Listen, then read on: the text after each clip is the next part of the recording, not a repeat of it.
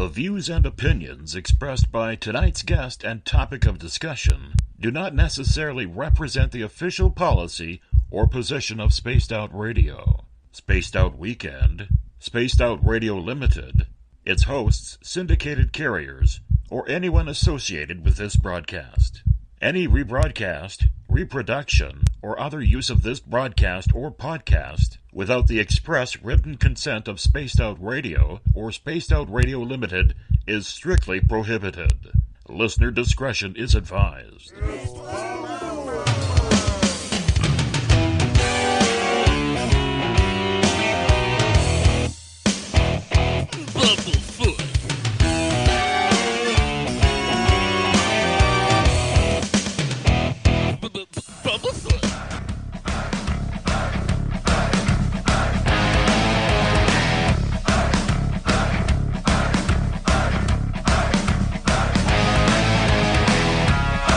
Are you experienced? Stop right there!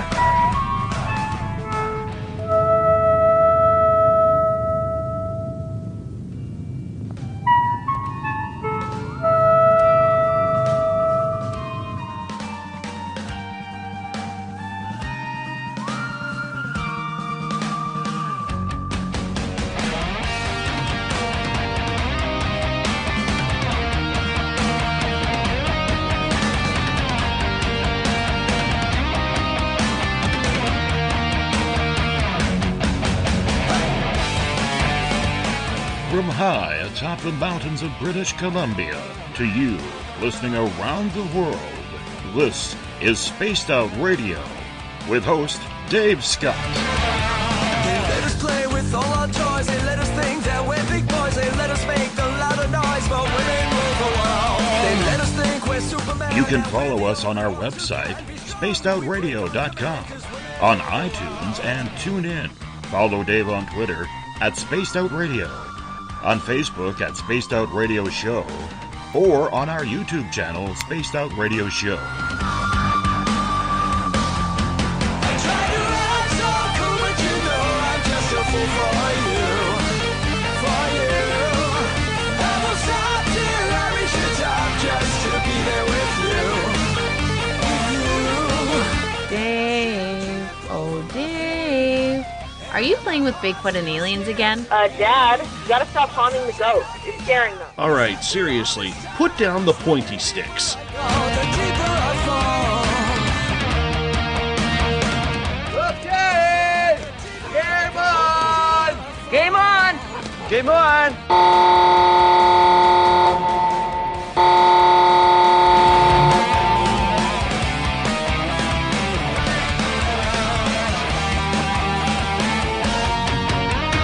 The password is... All right. Buckle up, space travelers. It's time to go for a ride on Spaced Out Radio. Mr. Bumblefoot, Dave is ready for liftoff. I try to act so cool, but you know I'm just a fool for you. Seriously, Dave? Really? Aren't you a little old for a tinfoil hat? Hello, Toby. Bye-bye. Love you. Bye-bye. Please take your seat about row. There will be able to prepare for takeoff.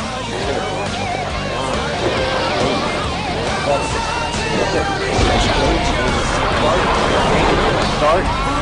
2, 1. Boost ignition and lift off. I'm such a lucky guy, 'cause after all this time, it's like the deeper I go, the deeper I fall. The deeper I go, the deeper I fall. Good evening and welcome to Spaced Out Radio tonight. I am your host, Dave Scott. It's good to have you along for the ride on this Tuesday, July 18th.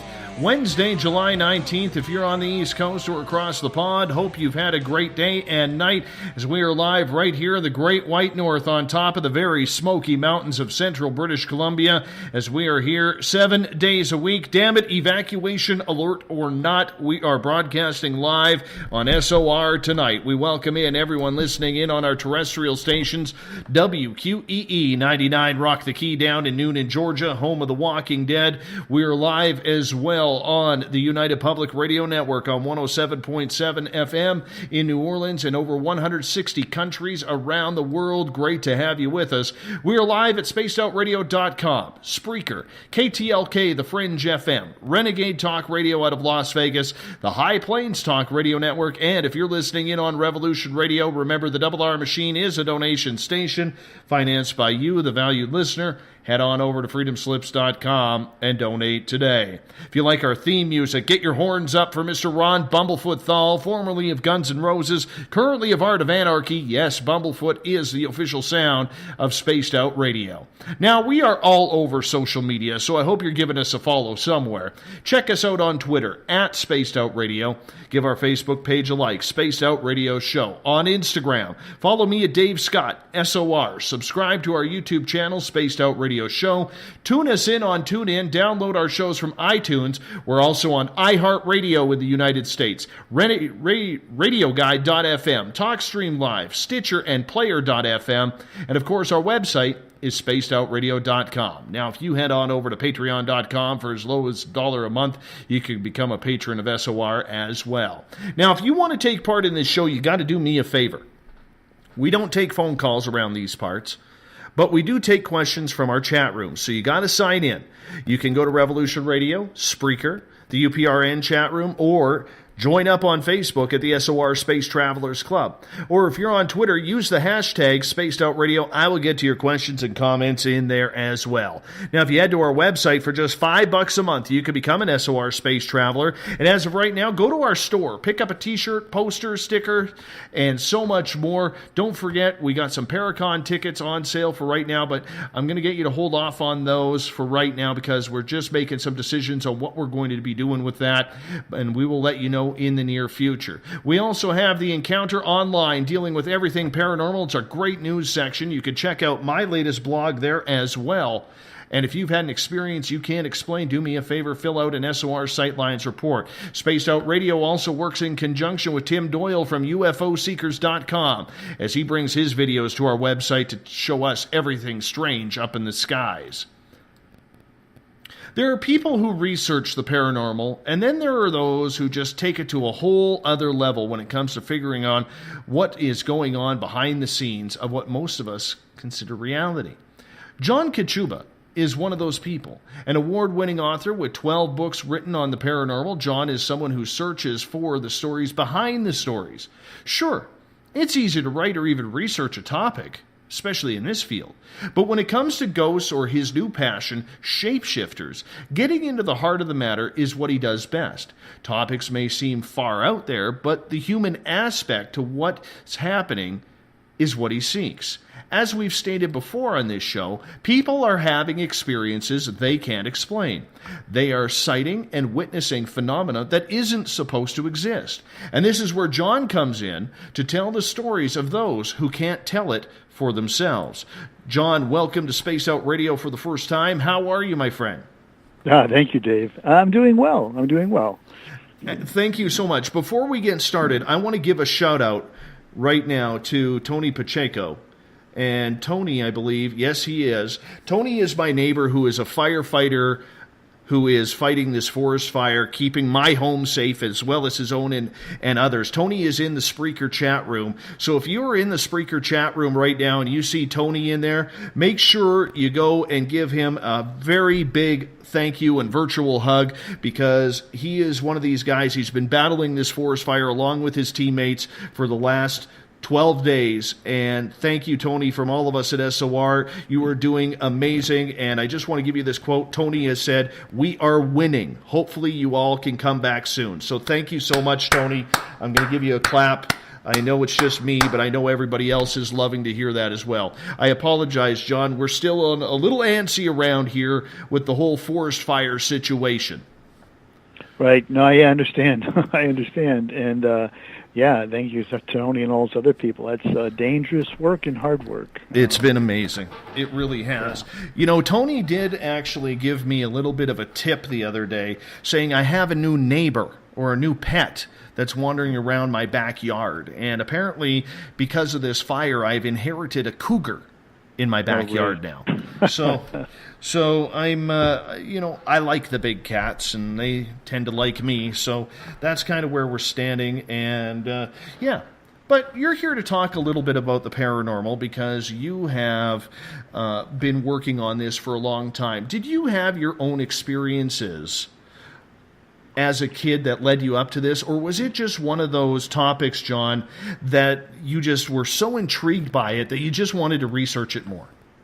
Well, I'll tell you, Dave, I've always been interested, even as a child, in ghost stories, like so many kids are, the campfire ghost stories that we all hear. I was always intrigued by those.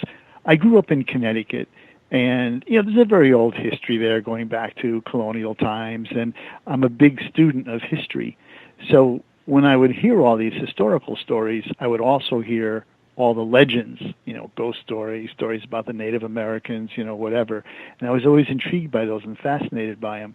But I never really had any experiences until I was much older. I was probably in my 30s, I guess. And what happened very simply was I was still living in Connecticut at that time. And there's a place in Connecticut that is called Dudleytown. And it's an old 17th century village on top of a mountain in Connecticut, which now is defunct. It's just, cellar holes and things like that, and it's all grown over. But it has this great haunted history to it over the centuries of people going insane and, suicides, and it's supposed to be cursed. And it's a great paranormal spot. But I was up there once by myself. And I was taking photos of all these cellar holes and everything, and I had not at that time even yet known the paranormal history of the place. I was just interested in it for its historical significance, just the history. So I'm taking these photos, and this was back in the days before digital cameras. I was using camera with something they call film, and some people might remember film and getting it developed at, a developer. And so I was taking these photos, and when I got them back, I was looking at one of the shots in particular, and I'm looking at the cellar hole, and it's all overgrown with leaves and weeds and vines and all this stuff. And as I'm looking at it, I'm thinking, wow, it almost looks like there's a face looking at me from the cellar hole. I'm thinking, yeah, okay, well, sure. That's the foliage, that's the leaves, it's shadows, and it's making it look like a face. So I started blowing this thing up. And the more I enlarged it, the more it became focused as a face. Instead of just dissolving into leaves and vines like I thought, it became more and more a face. And I was stunned by this. I mean, here I had what looked like a face looking at me from this 18th century cellar hole in a haunted location. So I happened to be living in that time at the same town that Ed and Lorraine Warren were living, which is Monroe, Connecticut. And I'm sure a lot of your listeners already know who Ed and Lorraine Warren are, but for those who may not know, they are, I don't want to call them ghost hunters, but they are paranormal experts who years ago broke the story of the Amityville Horror in New York, and I'm sure pretty much everybody is familiar with that story. Now, Ed Warren, of course, has passed away several years ago, but Lorraine is still doing the thing, and she's probably close to 80 now. So anyway, out of the clear blue, I just called them on the phone. I didn't know them, they didn't know me, and I said, look, I've got these photos up in Dudleytown, and I said, I'd really like you to take a look at them. And they were gracious enough to say to me, sure, come to our house. We'll take a look at them. I said, wow, really? Okay. So I went to their house, and I went indoors. We're sitting in the living room, and I'm showing them my photos, and almost instantly, the two of them are nodding their head, and they're going, yep, okay, yeah, we've seen that. And then they took out an album, and they started flipping through dozens of photos that they had taken over the years in Dudleytown. And in their photos, they had what looked like faces. They had like these colored streaks, and they had orbs. They had all kinds of anomalies up at Dudleytown. So that really caught my attention at that point. Like, wow, I just totally ran into this thing completely by accident and had or I guess captured sort of a paranormal experience, if you will, on film. And so from there, I became even more interested. And I started writing about it and everything. But again, I didn't start publishing my books on the paranormal until, I guess the first one came out in 2003, so like 14 or 15 years ago at this point, for the books. But I had been doing research, for years up to that point. So that's sort of how I got into it. It's a long story, but it was just amazing because my introduction had to do with, this experience on film, and also having the occasion to sit down and talk with the Warrens, which alone was a fascinating event. Well, that had to be quite the educational experience to be learning about the paranormal from the Warrens themselves. So, you know what? I'm very, very curious how this changed your entire outlook from a curiosity to a belief.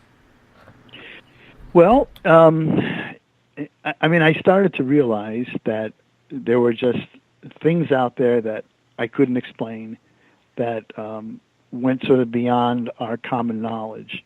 Einstein, right? Einstein, the physicist, hardcore scientist, once said that he did not want to live in a universe that had no magic in it. And by magic, he just meant mystery, the unknown. He didn't want everything to be solved. He wanted to think that, yes, there are some unknowables that will always be unknowables, but that will be there. That will be part of our existence, but just unknown to us. And I think that's how I sort of ended up feeling after talking to the Warrens, and sitting there with them and having this experience that, okay, yeah, there are some things that, are unknown. I grew up in a very strict Roman Catholic family as a kid. And of course, there's a certain belief system there about heaven and hell and all this kind of stuff. And this sort of put a whole new slant on things.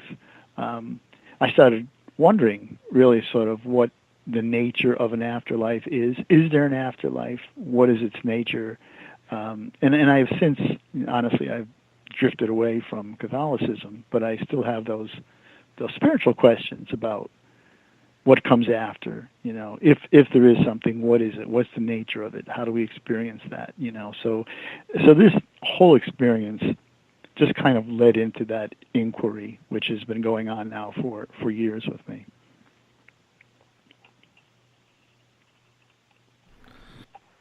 John, did you believe that there was something towards an afterlife? You mentioned that you grew up Catholic. Obviously, you would have your faith in God and Mother Mary and everything that goes along with the Catholic religion. But at any time, did you question whether or not spirits were real, whether ghostly phenomena was real?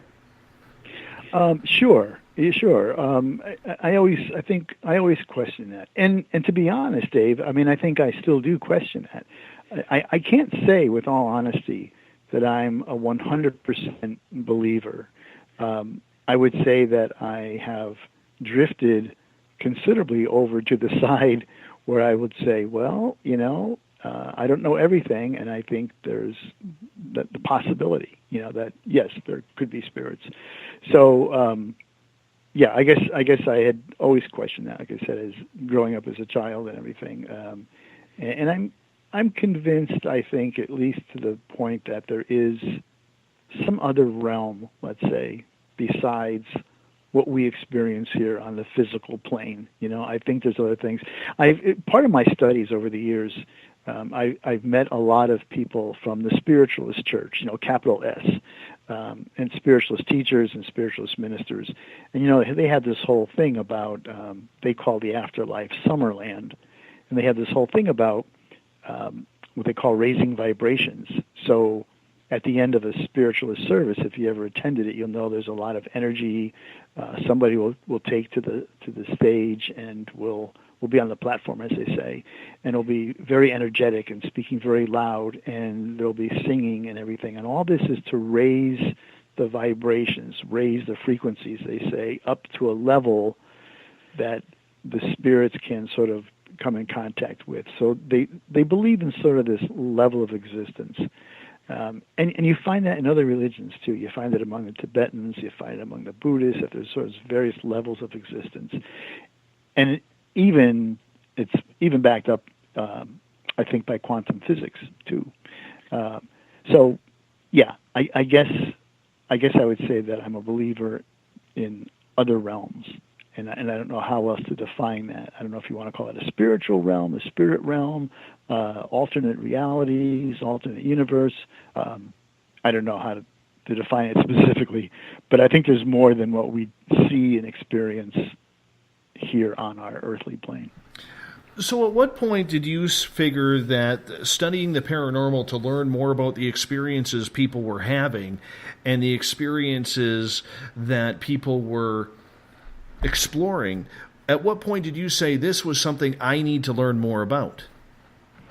Well, I think that probably happened later in life. And I think what happened specifically was I started questioning my own sort of, I don't want to say religious, well, I guess my own religious beliefs and my religious values growing up as a Catholic.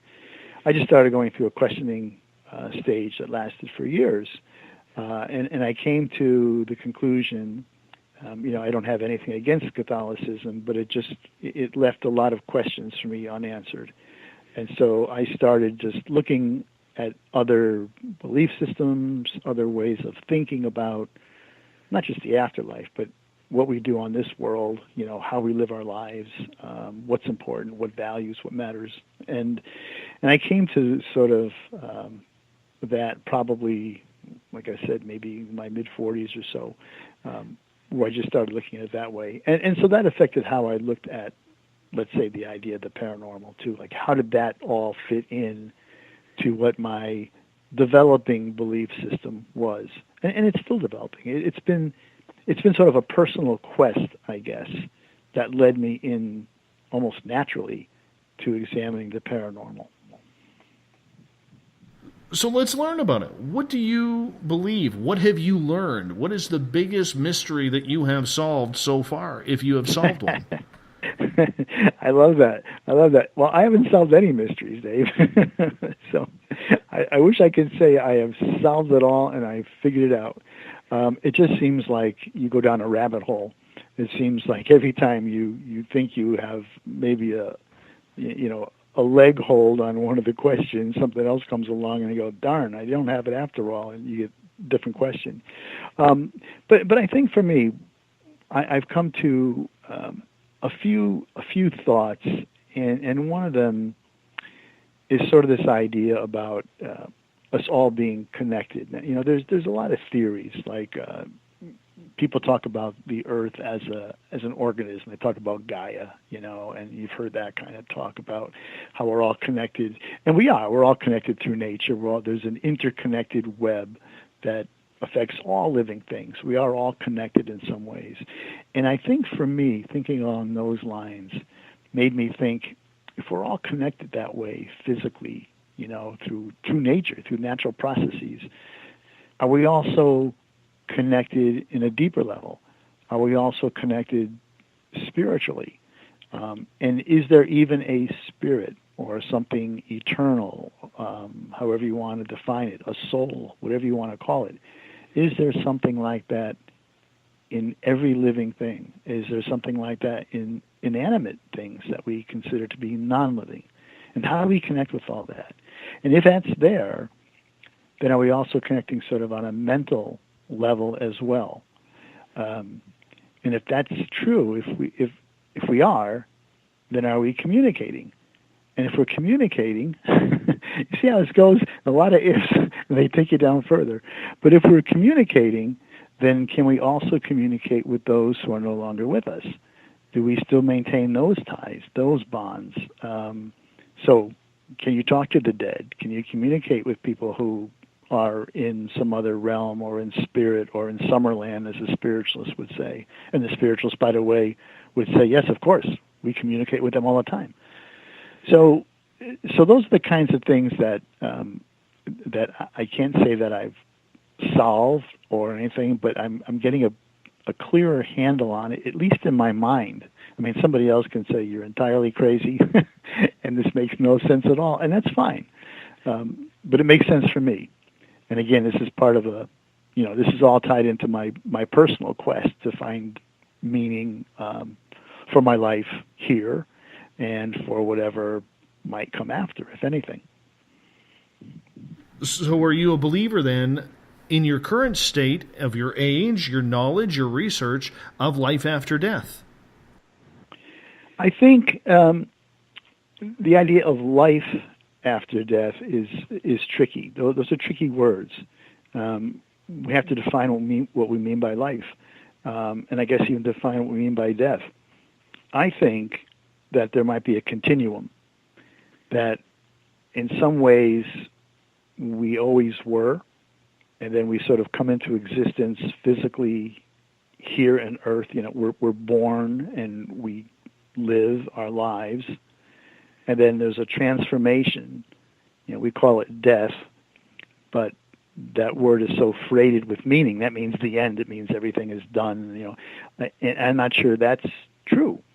I think there's a possibility that when we have finished our life here, that we transform into some other. Again, I talked about levels before, and maybe it's as simple as that. Maybe it's another level of existence. Maybe it's simply another level of energy. I don't know. Go back to my buddy Einstein again. You think about his theories of relativity, and of course he has said that everything is energy. We know that everything in the universe is energy. And what did Einstein say about that? He said, well, you cannot create nor destroy energy. It's constant. But energy can be transformed from one form into another. So if that's the case, then what happens to us? If we're energy, okay, when we die or when we make that transformation, we know that part of us literally ends up pushing up daisies, right? We're carbon. I mean, part of us goes back to carbon and we're pushing up daisies.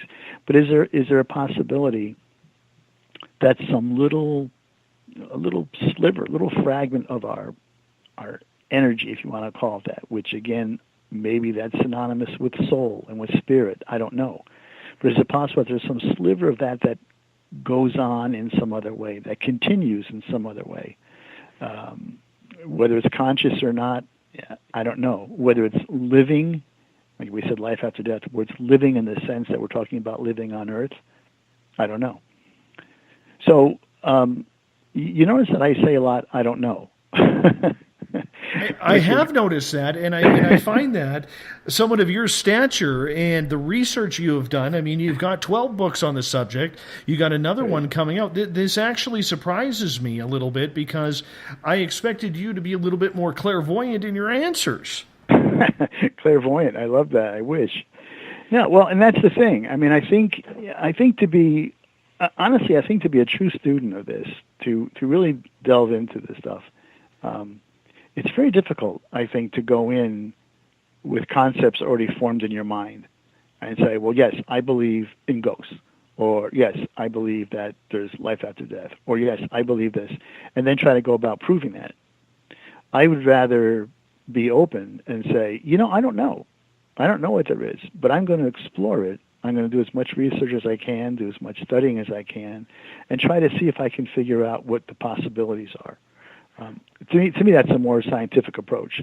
And over the years that I've been doing this, I've worked with a lot of ghost hunters and ghost hunting groups all across the country, and even in some foreign countries as well. And I'm always amazed at the groups that will say stuff like, well, we're very open-minded. We don't have the answers. We're very open-minded. We're just curious. We want to find out what's going on. And then something will happen, and they'll instantly say, "Oh, well, that was a ghost." I'll say, "Wait a minute. How do you know it was a ghost?" Well, because this place is supposed to be haunted, and that candlestick just fell over all by itself, so it's got to be a ghost. And I say, "What happened to your open-mindedness and looking at other possibilities? Maybe it was a ghost. Maybe it wasn't. Maybe the wind blew it over." So I think, I'm not clairvoyant, and I'm not, I'm okay about that. I'm okay about saying I don't know, but I'm looking and I'm searching, and I think the approach that I'm taking, I think it's a sound one. I think it's a very sound approach because, I mean, you're being realistic. I won't say you're being skeptical. I won't say you're being a believer with his fingers crossed. I will say you're being realistic. Would that be a fair assumption of how you're taking this? Yeah, I would say so. Because I don't consider myself a skeptic. I mean, okay, again, that's another term that's loaded with meaning. You know, being a skeptic was not necessarily a negative thing in its original meaning, but today we take it as, oh yeah, I don't believe anything, I'm a skeptic. Well, I'm not that hardcore about it. So yeah, I think you're right on in defining it the way you did. So, John, one of the ways I like to describe what I see in this field, and I'm sure my audience is sick of me saying this, but I'll mention it to you. To me, it's like when you open that door to this different sort of reality with these experiences that are not supposed to exist, and you take that step in that door, there's another 10 doors behind, and each behind one of those 10 doors is another 10 doors each, and so on and so forth. Do you think that from when you started your research to where you are now, that you are any closer to finding out what the hell is really going on out there, whether it's ghosts, whether it's shapeshifters, whether it's aliens and UFOs, or some gnome hiding in my garden that's going to scare the crap out of me? I'm going with the gnome. No, okay, I won't go with the gnome. Well, I'll tell you, that's an interesting question, and it was what I was sort of alluding to before about going down rabbit holes. Just when you think, you've opened that door and you find out what's there, you go, oh, wait, there's 10 more doors. Oh, God, I got to go down those, and each one of those has 10. But I do think that I'm again, in my mind, I think I'm getting closer to some things, in addition to studying the paranormal and continuing to read about the paranormal and doing investigations and whatever. I'm also doing a lot of reading and studying of quantum physics, which I mentioned a little bit earlier. And that's a fascinating subject. And I don't claim to be an expert on that. I mean, I cannot sit here all night and explain to you, all the ins and outs of quantum physics. But what I am intrigued by when I study that is sort of the constant reference to the idea of a multiverse, not a universe, but a multiverse, which is, these an infinite number of, let's say, universes all existing at the same time, the same place. And also the concept that there really is no such thing as time, that everything is happening at once. The past, the future is all together. There's all these fantastic theories in quantum physics that actually the mathematics and everything else involved is seeming to bear it out. And if this stuff is all true and can be provable, I think it might actually explain in some ways some of what we consider to be paranormal. For instance, one theory that I have, I mean, there's several theories about what a ghost is or ghost might be. But one theory that I've thought about is if you look at quantum physics and if you accept the fact that there's an infinite number of realities, so, in this world, you walk down the street and you can turn left. Well, in some other universe, you turn right. And what happens when you turn right in that universe is going to be different than when you turn left in this universe. In some other universe, you're walking straight. In some other universe, you don't even go down that street. There's all these infinite variations all happening at the same time. But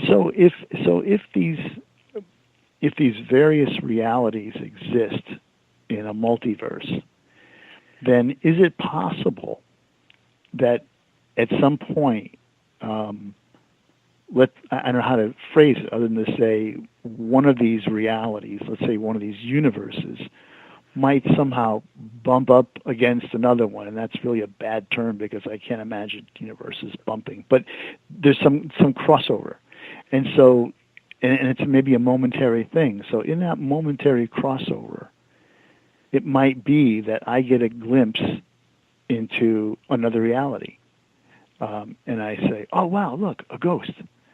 And maybe on that side, the ghost is looking into my reality and saying, "Wow, look, a ghost." So I mean, I guess what I'm saying is I think that there are some bits of knowledge, if you want to call it that, that are leading to some answers. And I think quantum physics might offer a lot of explanation for some of this stuff as we go about.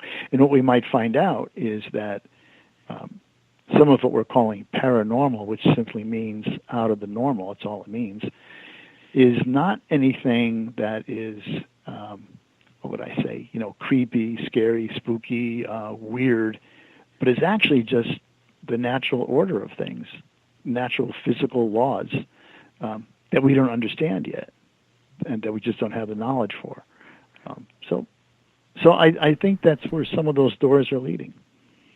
So when you are investigating these stories, how are you being able to define, or what role have you figured out to define whether these stories are real or just someone's wild and crazy dream that they've had in the middle of the night? Right. That's always a question. And in my books, I've probably interviewed about 300 people, I would imagine, over the years. And that's a serious question. What I do is I try to recognize that person who I'm speaking to has had an experience of some kind. They're telling me that they woke up and they saw somebody standing at the foot of their bed, or they came home one day and their grandfather was sitting in his easy chair and their grandfather had actually died, 10 years ago.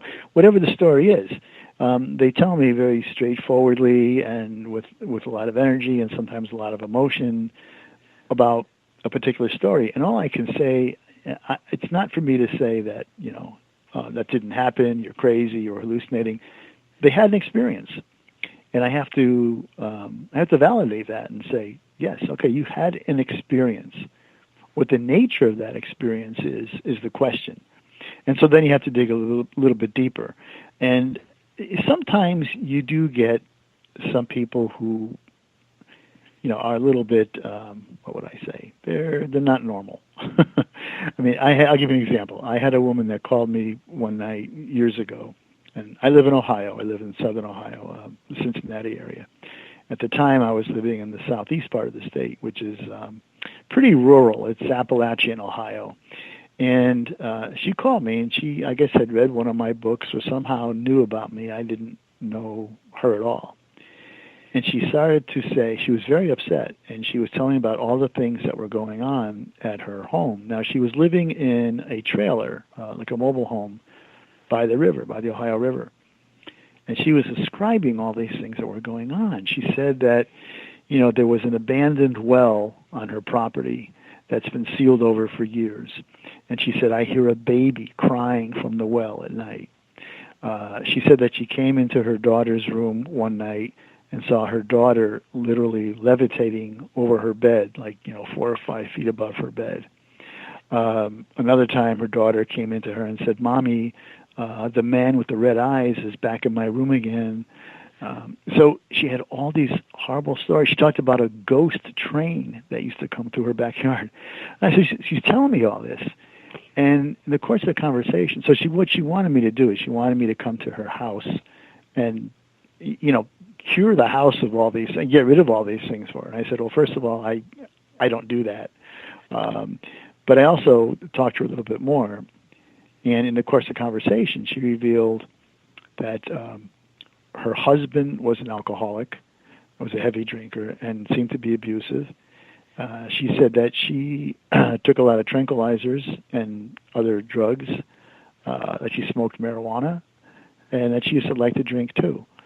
So when I put all that together, I'm thinking, this is not a person who is having a truly paranormal experience as much as somebody who is hallucinating, having, alcoholic issues or whatever. And I felt sorry for her, and I tried to persuade her to either see a doctor in her hometown or see a minister.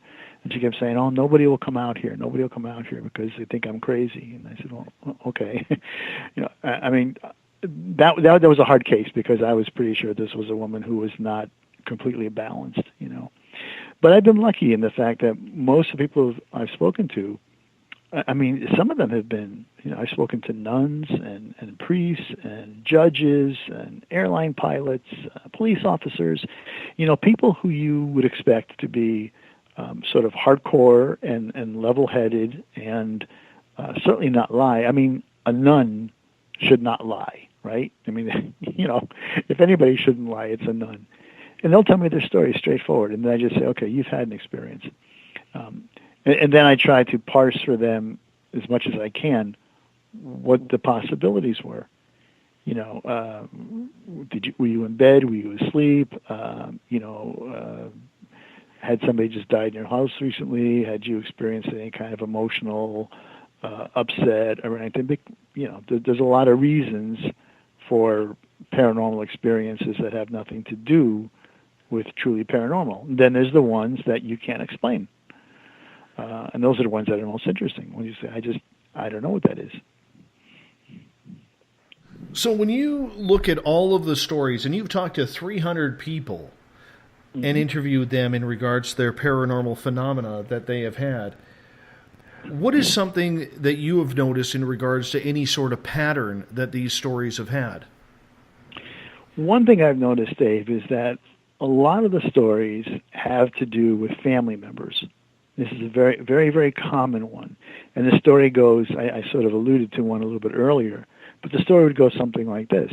A loved family member, an uncle, a grandfather, whatever, passes away. And, of course, there's grieving and mourning for that loss. And then the family member, who's left behind, maybe 2 months later, they walk into the house or something, and they'll see Grandpa sitting in the chair. And they'll say something like, I walked in, and, he was sitting in his favorite chair. He was smoking his favorite pipe, and he looked at me, and, he smiled or he waved or something, and then he was gone. He disappeared. I never saw him again. Those stories are very common. I hear those all the time. The idea of, I guess, closure, where somebody has this beloved person who died. They had them on their mind. They're constantly thinking about him. And then at some point, they materialize. And what happens then is the person who sees that or has that event usually feels much better after that. They say, I realize now that, Grandpa's in a better place. He smiled. He was telling me everything is okay, not to worry about him. And so now I'm comforted by that. I feel better by that. And that's a very typical story. I hear that. I don't know how many times I've heard that kind of a story. Is there any story that you have taken personally or just hit you right in the feels, as they say these days, in regards to it just hit way too close to home? Let me think about that. Offhand, I can't think of one that felt like that so much. But, I'll come back to that. Nothing jumps out at me as being something, sort of personal. Although, the idea about the grieving thing, like I said, I lost both my parents last April of last year, within 5 days of each other. And since then I've had some very vivid dreams of both of them. And they've been kind of dreams where, I wasn't even sure necessarily that I was dreaming. But I will chalk it up to a dream. So maybe I have had something like that. Maybe it's possible. I'm always surprised, and I shouldn't be anymore, John, that how many people I have in this show, and I don't know where anybody is located, but I cannot believe how many people on this show that are dealing with the strange, the weird, the paranormal, the alien, whatever it may be, come from Ohio. What is with your state, my friend? What is with your state? Why is it so screwed up? I hear that all the time, Dave. I don't know. I mean, I've written 2 books about Ohio, and I know that I'm not the only person that's written about Ohio. There's a bunch of books about Ohio, and there's a lot of ghost groups here. I don't know what it is. There are some places in the world, as you probably know, that they say has more paranormal activity than others. And they look at things like ley lines and, where they are and where they cross, and things like vortexes that might, have a lot of energy or whatever. There is one place in southeast Ohio, like I mentioned before, where I used to live, in Athens area, which is supposed to be that kind of an area. So I don't know. Maybe there's something like that going on, or something in the water. I don't know. But you're right. Like I said, I've done a lot of research across the country, and I hear ghost stories everywhere. But Ohio, I don't know. Ohio seems to be loaded with them for some reason, and I don't have a good answer for that. I don't know if it is the infamous ley lines that I'm not a big believer in, or if it's because of Wright-Patterson Air Force Base, or maybe there's just a lot of good psychedelic drugs there that we haven't tried, But I will say this: Ohio at least does have one thing right. They do have Tim Hortons in Ohio. So for all you Canadians who are listening, Tim Hortons is in Ohio. I have seen it. I have been to one, and I'm happy about that. But get your sugar fix on at Tim Hortons, right? Exactly. You know what? They owe me some sponsorship money for that, but that's okay. But I don't know what it is about that state. It just seems like everything happens around that triangle area. And I hate to use the whole triangle phenomena, but between Ohio, West Virginia, and Pennsylvania, does it make you scratch your head just knowing that there is always going to be something strange in that triangle? Well, yeah. And like I said, I don't know why it is. Certainly like I said, I lived in a couple of different places in Ohio, and I've traveled the state in Ohio extensively, and I don't know what it is, but I'm always amazed. I will do, especially in October, I will do a lot of public speaking, pretty much. I do a lot of libraries and university talks, and every time I go to one, I'll talk about, 10 or 12 interesting places around the state. And then after that, I'll open it up to questions, and people will always say, "Hey, do you know about this place?" And it'd be like across the street from the library or something, or "You know about this place?" And it's 2 blocks down the road. And I said, "No, I don't know about that." So I could probably write another 3 or 4 books just about Ohio if I wanted to. I mean, seriously, there's enough material out there that I haven't even bothered to write down anymore, And I don't know what it's about. I don't explain it. So in your opinion, sticking with Ohio for a moment here, what is the most intriguing story that you want to learn more about there? Is it Dogman? Is it Frogman? Is it all the aliens that were apparently hiding and walking around, right, Pat? What is it? Well, speaking about the Frogman, it's interesting. They call it the Loveland Frog. And I actually lived in Loveland for a while, it's a very weird story. I mean, the idea behind this one was, I forgot, it was maybe back in maybe even the 70s or 80s when the first sighting was. But, a police officer was on patrol one night, and he saw this thing in the Little Miami River, which he described as kind of being like a frog, but it was huge. It was like human size. And he said it just kind of sprang up out of the weeds and scared the bejesus out of him, as they say in Ohio. And he shot at it and everything else, and it disappeared. And so, people for years have been looking for the Loveland Frog, as they call it. And actually, there was another sighting only, I think, like last year or so of that too. So I don't know what that's about. There are certainly cryptids in Ohio. We have the Ohio Grassman, which is basically like a Bigfoot, Sasquatch kind of thing. A little bit different in color, but the same kind of thing, just sort of a big, hairy ape that, goes around knocking over cars and things like that. And, so there is a lot in Ohio. I don't know. I don't know why there is, but we've got it. It could be, you mentioned some drugs, and we grow a lot of marijuana here, so I don't know. Could be that. My God, man, come to British Columbia. You want to see pot? Really? You want to see pot? Ohio's got nothing on British Columbia. I cannot go Oh, goodness. I'm not even going to talk about it. It's just everywhere here, you know. And, and apparently it's all medicinal around here, too, just so you know. It's all medicinal. Oh, of course. Yeah, exactly. Absolutely. Your state absolutely intrigues me just with everything that is going on. Are you surprised now when some other strange type report comes up? Are you expecting Mothman to fly? I mean, he's already flown from New Jersey to Chicago. Do you expect him, or pardon me, West Virginia to Chicago? Do you expect him to come back through Ohio now? Well, every year in Point Pleasant they have the Mothman Festival, so yeah, I think they're expecting him to make a comeback. I don't know that he's ever been reported in Ohio, but certainly close enough in West Virginia there. How is the paranormal scene in Ohio? Is it something that there are a lot of hauntings? I know here in British Columbia, I live right along the Gold Rush Trail when it isn't burning, which it is right now. Yeah.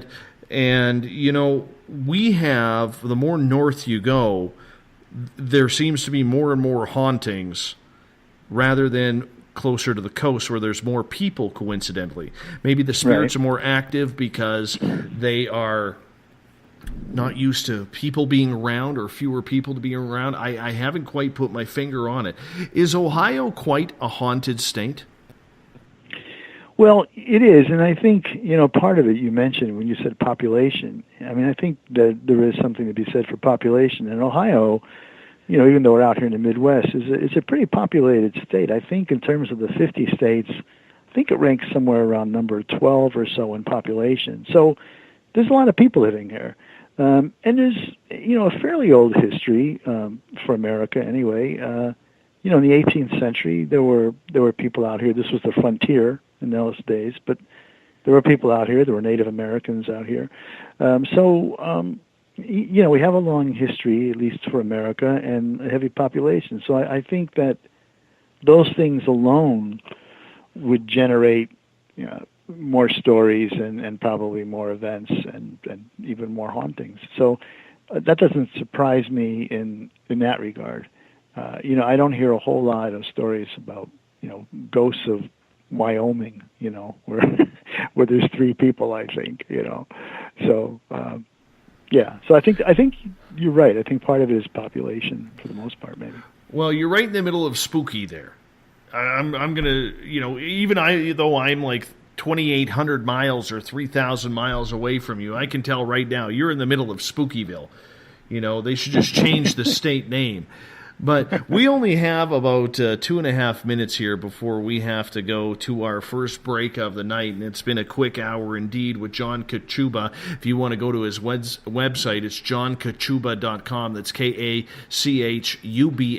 johnkachuba.com. John, when you write about the paranormal, are there topics you will not write about? Are there certain stories you stay away from? No, the only stories that I have stayed away from have been when people have specifically requested, like they've come to me and they've told me their story and everything else, and then I'll say to them, well, I'm a writer, and say, yeah, I know. But then they started thinking about it, and they say, well, I would rather that you don't write my story.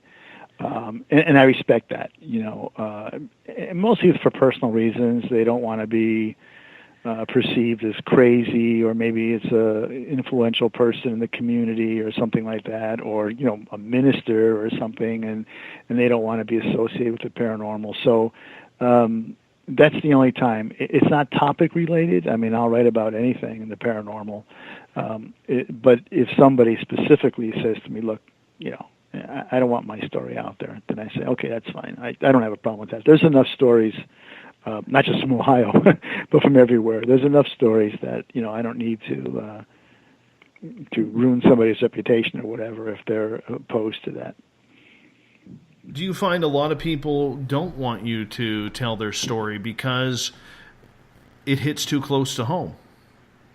Surprisingly, no. And this is something, Dave, that I thought would happen. I thought when I first started that people would say, "Oh, I don't want you to tell my story or anything."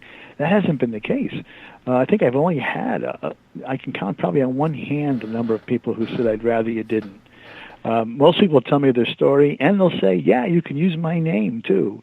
So in my books, I always use real names. If I don't use a real name because the person said not to, I will note that in the book. It'll say something like, not the real name, and I'll give them, John Doe or something. But, yeah, I'm amazed. Most people say sure. And I think part of this has to do with the media in the sense that there are so many ghost shows on TV and everything else now that it's become more commonplace. It's become more commonplace experience for people, even if they don't personally experience it. They do it vicariously through television and whatever, movies. So I think that they feel that it's a topic they can talk about more freely without being labeled, crazy or something like that. So they're more open about it, and they're more willing to talk about it. At least that's been my experience. John, I'm going to get you to hold on here because we are going to be only seconds away from our first break. We're going to get into more paranormal with John right after the break. We're going to get into his books. We're going to get into shape-shifting, the Marfa Lights, and so much more. Where has his travels taken him to search for the haunted and the spirits that follow? It's going to be an interesting show indeed. John is going to be with us for the distance tonight, so it's going to be a lot of fun. We're talking everything paranormal. Visit John's website, johnkachuba.com. That's KACHUBA.com. You're listening to Spaced Out Radio. I'm your host, Dave Scott. We'll be back right after this. Coming September 29th to October 1st, the first annual Spaced Out Radio Caribou Paracon. Hi, this is Dave Scott. The event will be held at the Spruce Hills Spa and Resort in 108 Mile Ranch, British Columbia. Come join us for an amazing weekend of speakers talking all things paranormal, UFOs, ghosts, aliens, Sasquatch, intuitiveness. Listen to great speakers like Miriam Delicato, Samantha Mowat, and the crypto guru Ronald Murphy. Get your VIP passes by going to spacedoutradio.com and clicking on the Paracon banner. Come to BC, where the paranormal is waiting for you.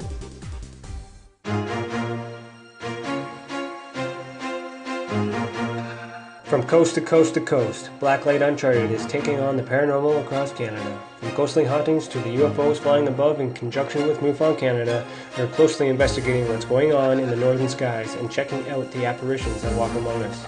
Check out our videos right here at spacedoutradio.com. We want to know your thoughts, we want to hear your experiences, and we want you to share your stories. The answers are out there, and we intend to find them. Would you like to become one of our space travelers? All you have to do is click on the Space Travelers icon at spacedoutradio.com. For only $5 a month, you can get access to some great prizes, as well as private monthly shows, newsletters, and a members-only section on our website. Become a space traveler today. It's paranormal news at its finest. Welcome to The Encounter.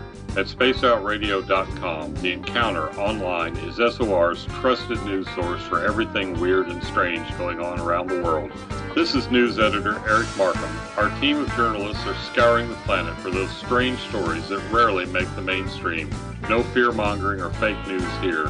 Head over to spacedoutradio.com and encounter The Encounter.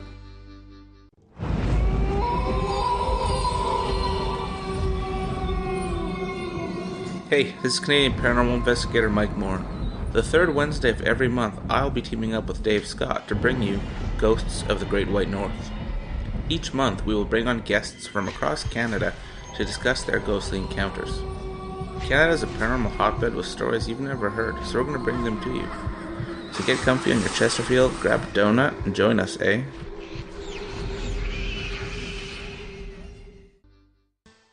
Have you had an experience you can't explain? Had a run-in with ghosts, maybe Bigfoot, or seen lights in the sky? Hi, I'm Mike Schmidt from the SOR Sightlines. I'm here to investigate your sighting. Head to spacedoutradio.com and fill out a report on the Sightlines. All your information is 100% confidential, and I will help you figure out what you've been seeing. File your report, and let's find out the answers together. Visit purpleplates.com today. For over 40 years, the Purple Energy Plates have been delivering amazing results for their many customers. Inspired by the great genius Nikola Tesla, the harmony, healing, and energetic effects of the plates have proven over and over to be beneficial and often miraculous to thousands of customers. With their money-back guarantee and the many benefits, How can you afford not to get one? Check their site for daily specials and choose from their many energy products. You won't be sorry. Visit them today at purpleplates.com for mind, body, and spirit. And expect a miracle. Are you interested in advertising on Spaced Out Radio? Head to our website at spacedoutradio.com and click on our advertising tab. There, you will find an assortment of ways you can get your product out there with us, from radio commercials to banners and social media. Have a product you like our hosts to endorse? We can do that too. Visit spacedoutradio.com for more details. Have you got your Cosmic Passport? If you need one, tune in to Cosmic Passport on Spaced Out Weekend. This is Elizabeth Anglin, ET experiencer, spirit medium, and host of Cosmic Passport. Each weekend I'll be bringing you interviews and support from other paranormal experiencers, and the best in intuitive spiritual guidance from across the globe. It's all happening starting at 9 p.m. Pacific Time, midnight Eastern, on spacedoutradio.com. From British Columbia to Northern California, Pacific North Weird has Cascadia covered. Check out our feature videos at spacedoutradio.com, where I, Vincent Zunza, and my super sleuth partner Alexandra Sullivan track down the weird and strange stories from around the Pacific Northwest, from Bigfoot to Mel's Hole and everything in between. This is what makes life exciting. So why report the normal when we can report the Pacific North Weird right here at spacedoutradio.com. Oh, there's only one way to rock. Loud and proud. In high definition. Radio 702 rocks. Las Vegas. Every Saturday and Sunday night, as Dave Scott wanders aimlessly in the wilderness, you can come hang out with me, James Tyson, in Spaced Out Weekend. Starting at 9 p.m. Pacific, midnight Eastern, I'll take you along as we talk with some of the best experts in their fields. SpacedOutRadio.com is the place to find us. So sit down, relax, put your feet up, enjoy the topics like the paranormal, supernatural, intuitiveness, and so much more. Hope to see you there. Don't have time to listen to Spaced Out Radio live? Wherever you are, the car, the office, the shower, or even if you're traveling, we're right here for you. Each Spaced Out Radio show can be found on iTunes, TuneIn, and on our YouTube channel, Spaced Out Radio Show. It's the perfect way for you to catch up on our shows. For more information, just head over to our website, spacedoutradio.com, and tune in to us today. The views and opinions expressed by tonight's guest and topic of discussion do not necessarily represent the official policy or position of Spaced Out Radio, Spaced Out Weekend, Spaced Out Radio Limited, its hosts, syndicated carriers, or anyone associated with this broadcast. Would you like to connect with us? Head to spacedoutradio.com for all your latest show info. And hit us up on Twitter using the hashtag Spaced Out Radio.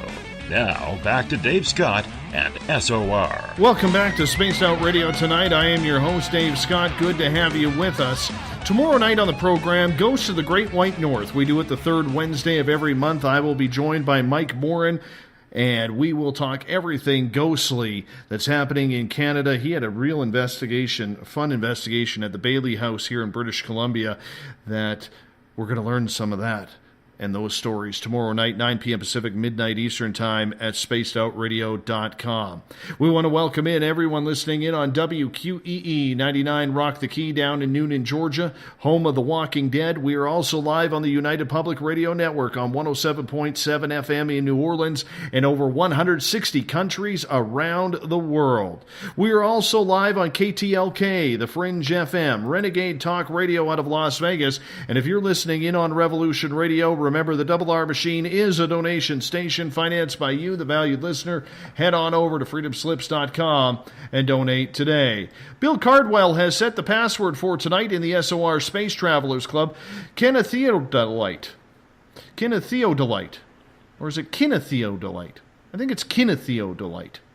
There we go. Either way, it's your password for tonight. Make sure you use it wisely, Space Travelers, as we do this thing each and every night right here on the mighty SOR. Now, if you want to follow us on social media, you can do so on Twitter at Spaced Out Radio. Use the hashtag Spaced Out Radio if you want to connect with me live during the show as well.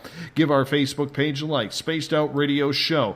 You can also follow me on Instagram, Dave Scott, SOR. Subscribe to our YouTube channel, Spaced Out Radio Show. Tune us in on TuneIn. Download this show and others from iTunes. We're also on iHeartRadio in the United States, Player.fm, RadioGuide.fm, TalkStream Live, and Stitcher. Our website is spacedoutradio.com, where we have a plethora of features for you, including joining the SOR Space Travelers Club for as low as $5 a month. You can read up on the encounter online, our news section, and you can head to our store and pick up some SOR swag as well. Tonight we are talking everything paranormal with award-winning author John Kachuba. John, welcome back. Thank you. Love talking paranormal around these parts, considering this is kind of what we do on a nightly basis.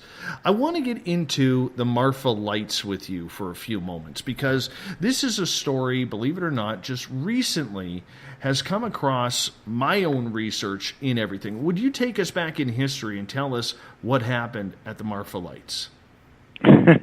Well, to be honest with you, I don't know the history that goes that far back.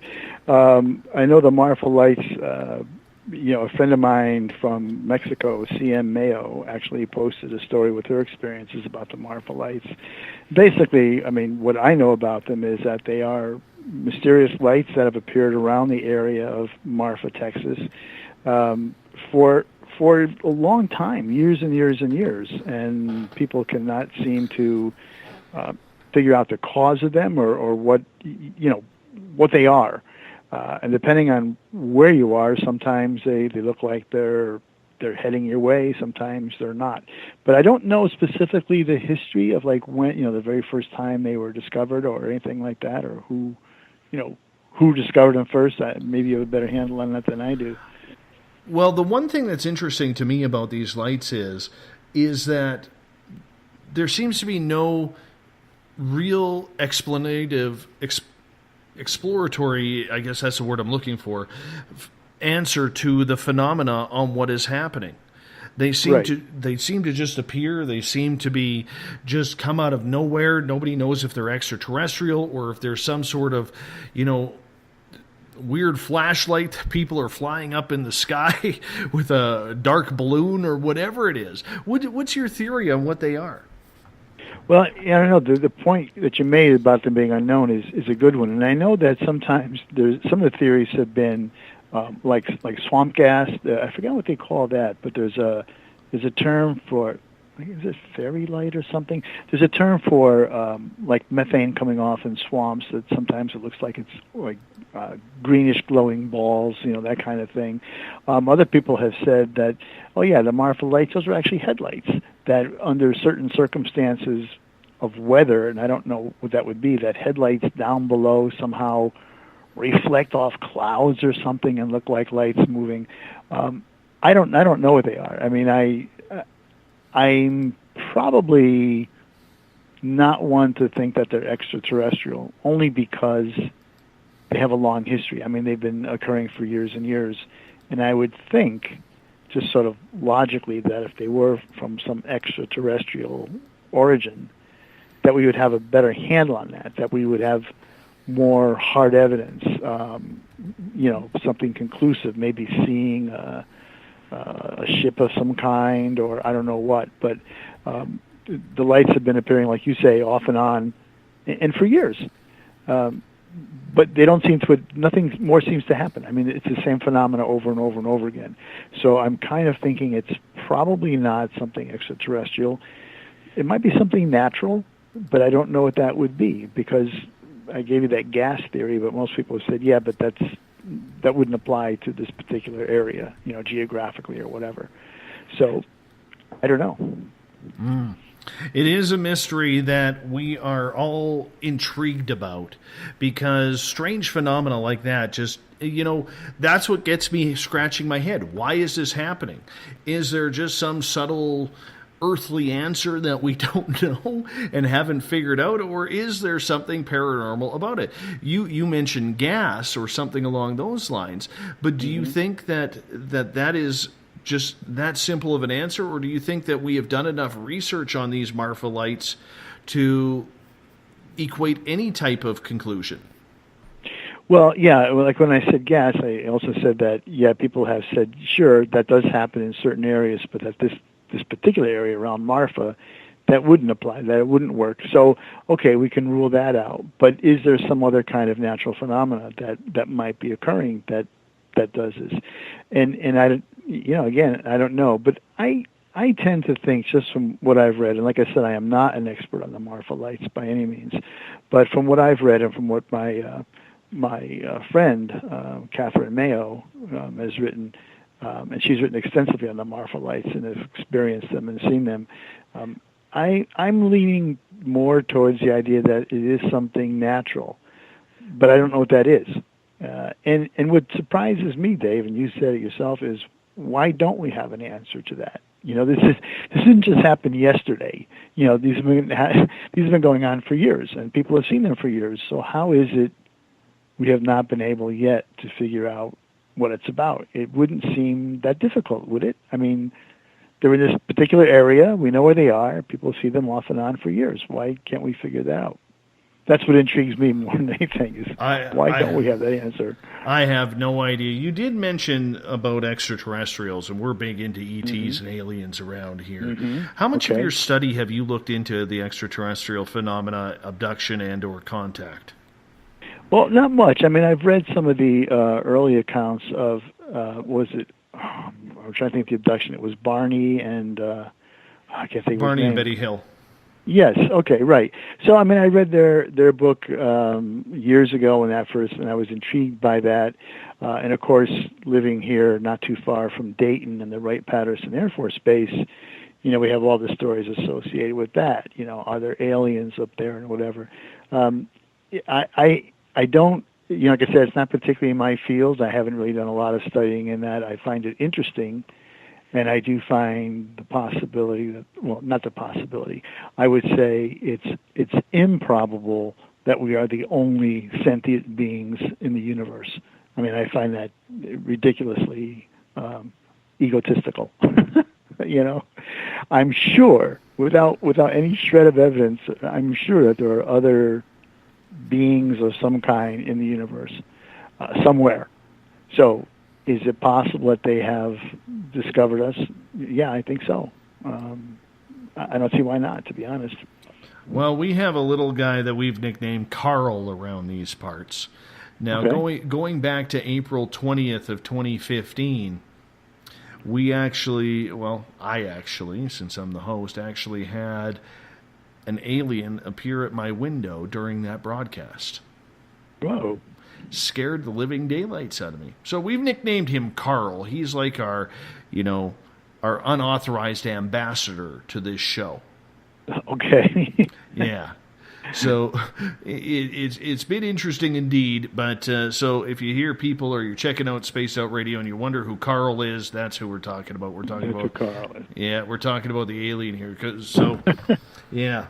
I'll never forget that, man. I have never had that experience that up and close and personal before. But, when you are sitting literally about 7 feet away from a very large-headed, big black-eyed gray, wow. It kind of makes you chill a little bit. It chills right down the spine. Just thinking about it. Just thinking about it, I get chills. And so now my audience, we blame Carl for everything. If we have technical problems, it's Carl's fault. It's Carl. It's always Carl's fault. We're like, damn it, Carl, what's going on? In regards to your books that you have written, do you have a favorite? Yeah, I do. I think the one that I like most is actually called Ghost Hunters. And it's got a long subtitle, which is On the Trail of Mediums, Dowsers, Spirit Seekers, and Other Investigators of America's Paranormal World. That's the subtitle. So, but that's probably my favorite for a couple of reasons. it talks about some investigations and some haunted locations around the country, North Carolina, New York, Connecticut, Ohio, Florida.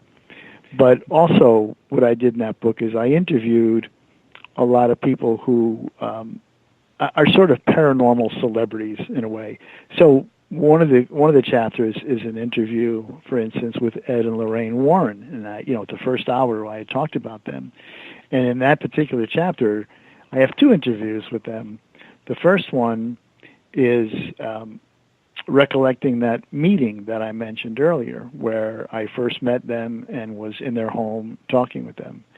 And then the second interview comes several years later, after Ed Warren had already suffered a massive, debilitating stroke, and Lorraine was still, hale and hearty, and I was at their home interviewing. Well, I couldn't interview Ed because he was incapable of speech at that time, but interviewed Lorraine.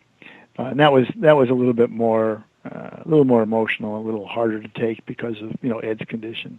And in fact, that was the last interview sort of with him, because he passed away only a couple months after I conducted that interview.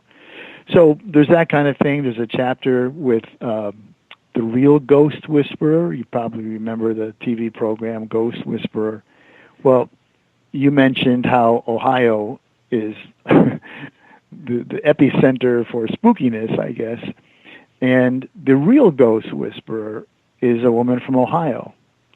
And so I have her story, and how she has been able to see and talk to the dead since she was like 3 years old. Her name is Marianne Winkowski. And so she was the one that the whole TV series was based on. In fact, she was sort of, I don't know what her title would be, I guess an advisor or consultant or whatever to the producers for the show. So it's kind of a mixed bag of things, but I really like it. There's a chapter in there about haunted real estate. What happens if you buy a haunted house and you don't know about it? What are your legal rights? What if you want to buy a haunted house? How do you find one? So it's kind of a variety of paranormal aspects to it, and so I like that the most. It's kind of like a buffet of everything. You mentioned mediums, and I think this is an important segment to, maybe talk a few minutes about. What is your interest in mediums when it comes to dealing with the paranormal? Do you buy them? Do you think, that, you have your Saks Fifth Avenue compared to your Walmart type mediums? Do you believe that they are helping the paranormal? What is your take on them? A lot of different opinions on that. I certainly have worked with a lot of mediums or psychics, however they want to term themselves, over the years with various groups. And I've seen a range. I've seen some people that quite honestly, I don't believe they had any ability at all. And now I'm not necessarily saying that they were deliberately out to con everybody. I think they may have thought that they had ability, but they were pretty much useless. And and I'm thinking, well, I could have deduced that. I don't have any psychic abilities. On the other hand, I've also worked with people who I really respect and have been amazed sometimes at what they've been able to do on an investigation, how they've been able to help a team, maybe zero in on a particular area because they detect energy there, or even, a spirit, or whatever you want to call it. And some of these folks have been able to, it seems, communicate with whatever was there. So I've had the range. I've had experiences with a range of people. I think a good medium is of value, I think, to an investigation or to any paranormal team, simply because they can help cut through sort of a lot of the groundwork, because they can go in to an area usually and just kind of walk around a little bit and tell you, okay, we need to concentrate all our efforts in the living room here because this is where I'm picking up everything or whatever. So I think they're a benefit that way. Simply that they can really help an investigation move along, and sometimes they could. Like I said, I've worked with teams that have seemed to be able to communicate with something there too, and of course that's the value. So yeah, a mixed bag of things. The only difficult thing is you have no way of judging a medium beforehand. It's not like he can show you a portfolio of success or something and say, here, look at this. I mean, you just have to trust them and say, okay, well, we'll give you a shot and see how it goes, and see how it goes. And based on that, you say either that you've got somebody who is really valuable, or you have somebody who's maybe not so good, or you have somebody who, just no. I'm just curious in regards to whether you believe a lot of these stories out there, because it seems like over the last couple of years that I've been doing this show, left, right, and center, we see mediums popping up. And I know one person, I'm not going to mention them by name or anything along those lines, but I met this person, and she started listening to a bunch of our medium shows, and like 6 months later, now she's doing Facebook Lives, doing readings, getting all involved with how she's psychic and so on and so forth. And I'm sitting here scratching my head wondering, how the hell did you go from not being a medium to all of a sudden giving readings online? What qualifies you for that? It's a dangerous field. I mean, it sounds hokey, but it is dangerous because I don't think a lot of mediums understand that they're playing with people's lives and emotions. I would agree with that 100%.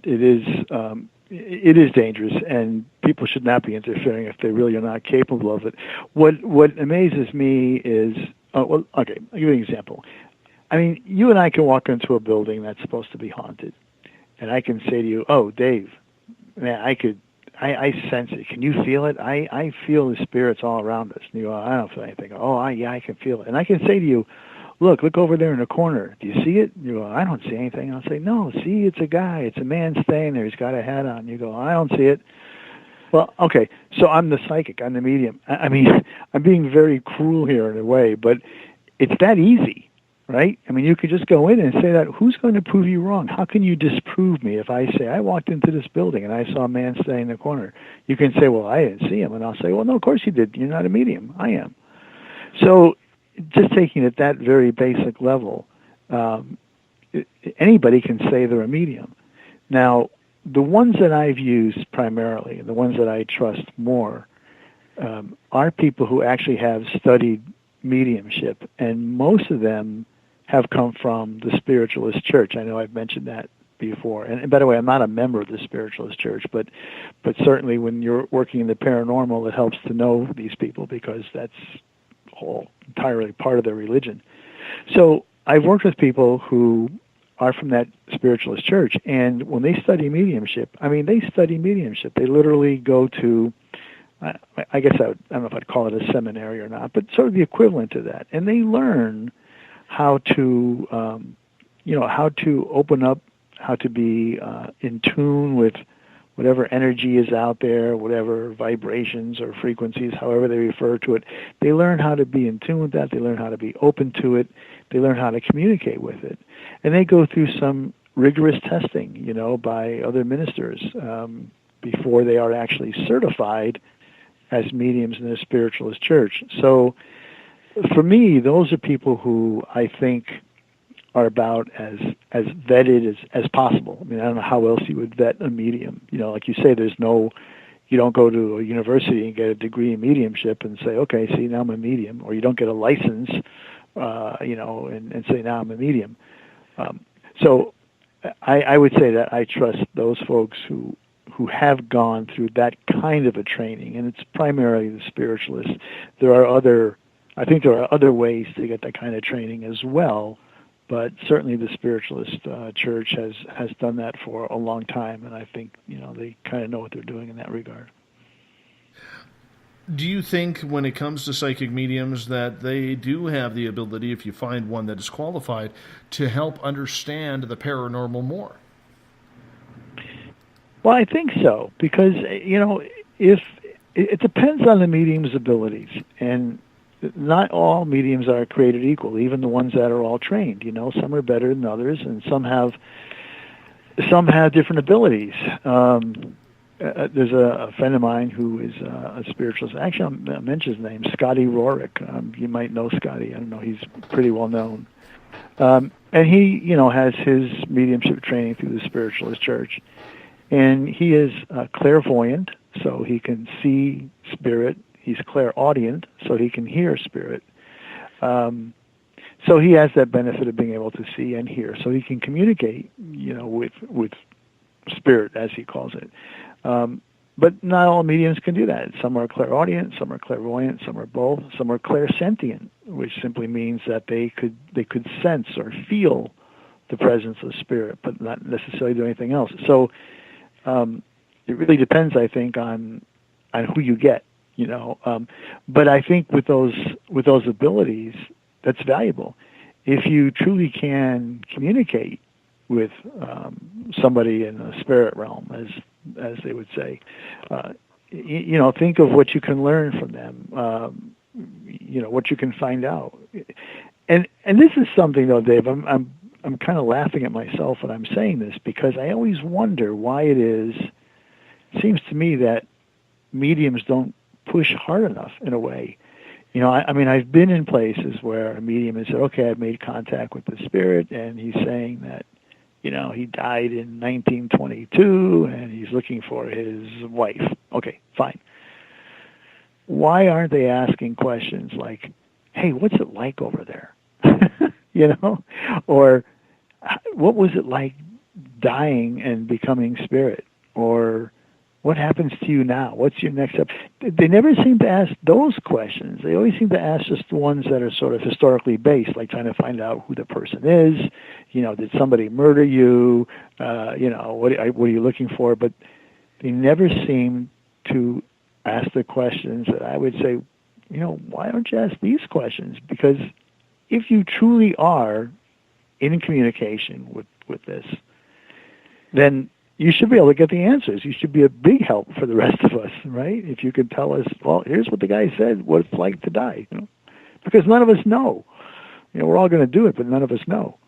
So I think it'd be amazing, but I'm always taken aback by the fact that they don't seem to push in that direction, and I don't know why. I think a lot of mediums do. I think the biggest frustration for me in regards to them, and I've talked to my medium friends before, and there are a number that I trust. I've got 4 very good mediums that I work with, whether it's through this show, whether it is through, on a personal level, whatever it may be. And, I think for a lot of other mediums out there, and I trust the ones that I have. And trust me, a couple of mediums right now are talking in the chat room, but I'll get to their comments here momentarily.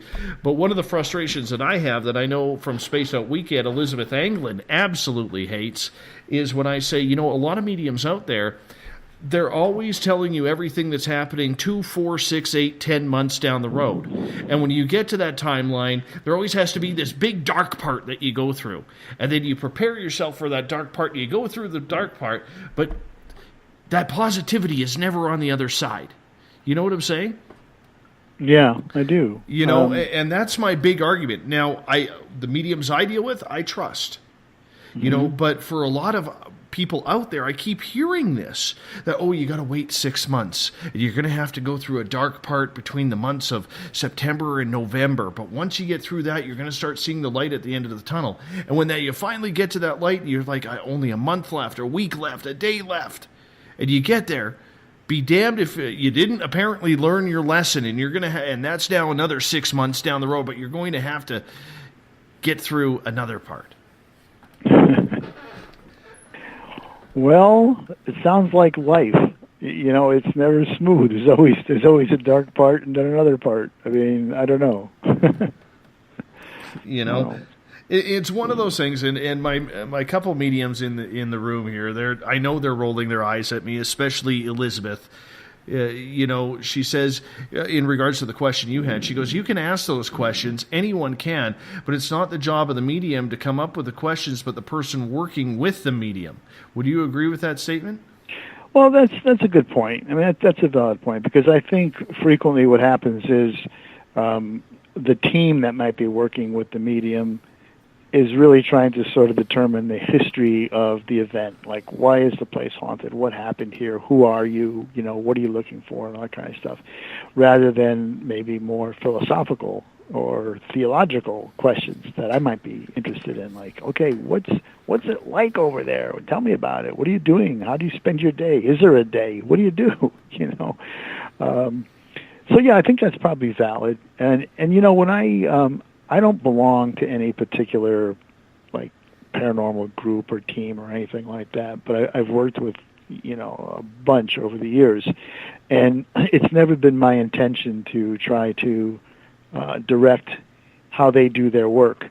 I always tag along as an observer, and certainly I've noticed that teams work differently. They have different procedures. They use different equipment. Whatever, different protocols.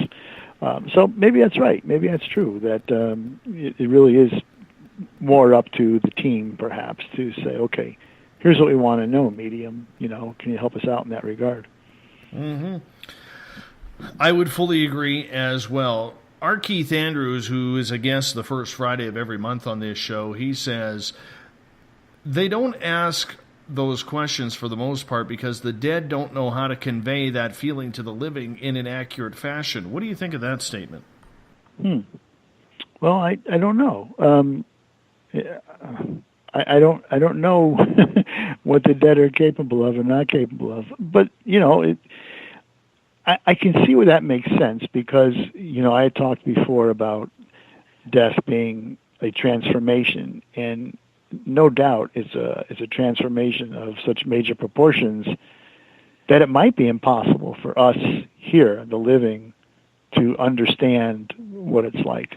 There might not be words to describe it. I could see that. So it's probably right. Well, let's get back to the whole paranormal focus then. In regards to, do you feel that mediumship should be used as a tool, much like we see people using infrared cameras, recording devices, any of the sorts? I think so. Again, I think if you can find the right medium, find the people that, and again, it's not easy to do that, but if you can find the folks that you think are capable, valid, and you trust them, then yes, I think so. I think they could be a valuable tool in investigations.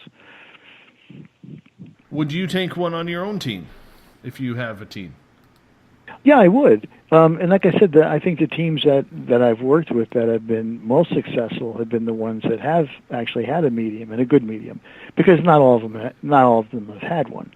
A lot of them just go in on their own without that kind of guidance. But some of the teams that I've worked with over the years that have had good mediums, I think have probably had the most interesting, results for the most part.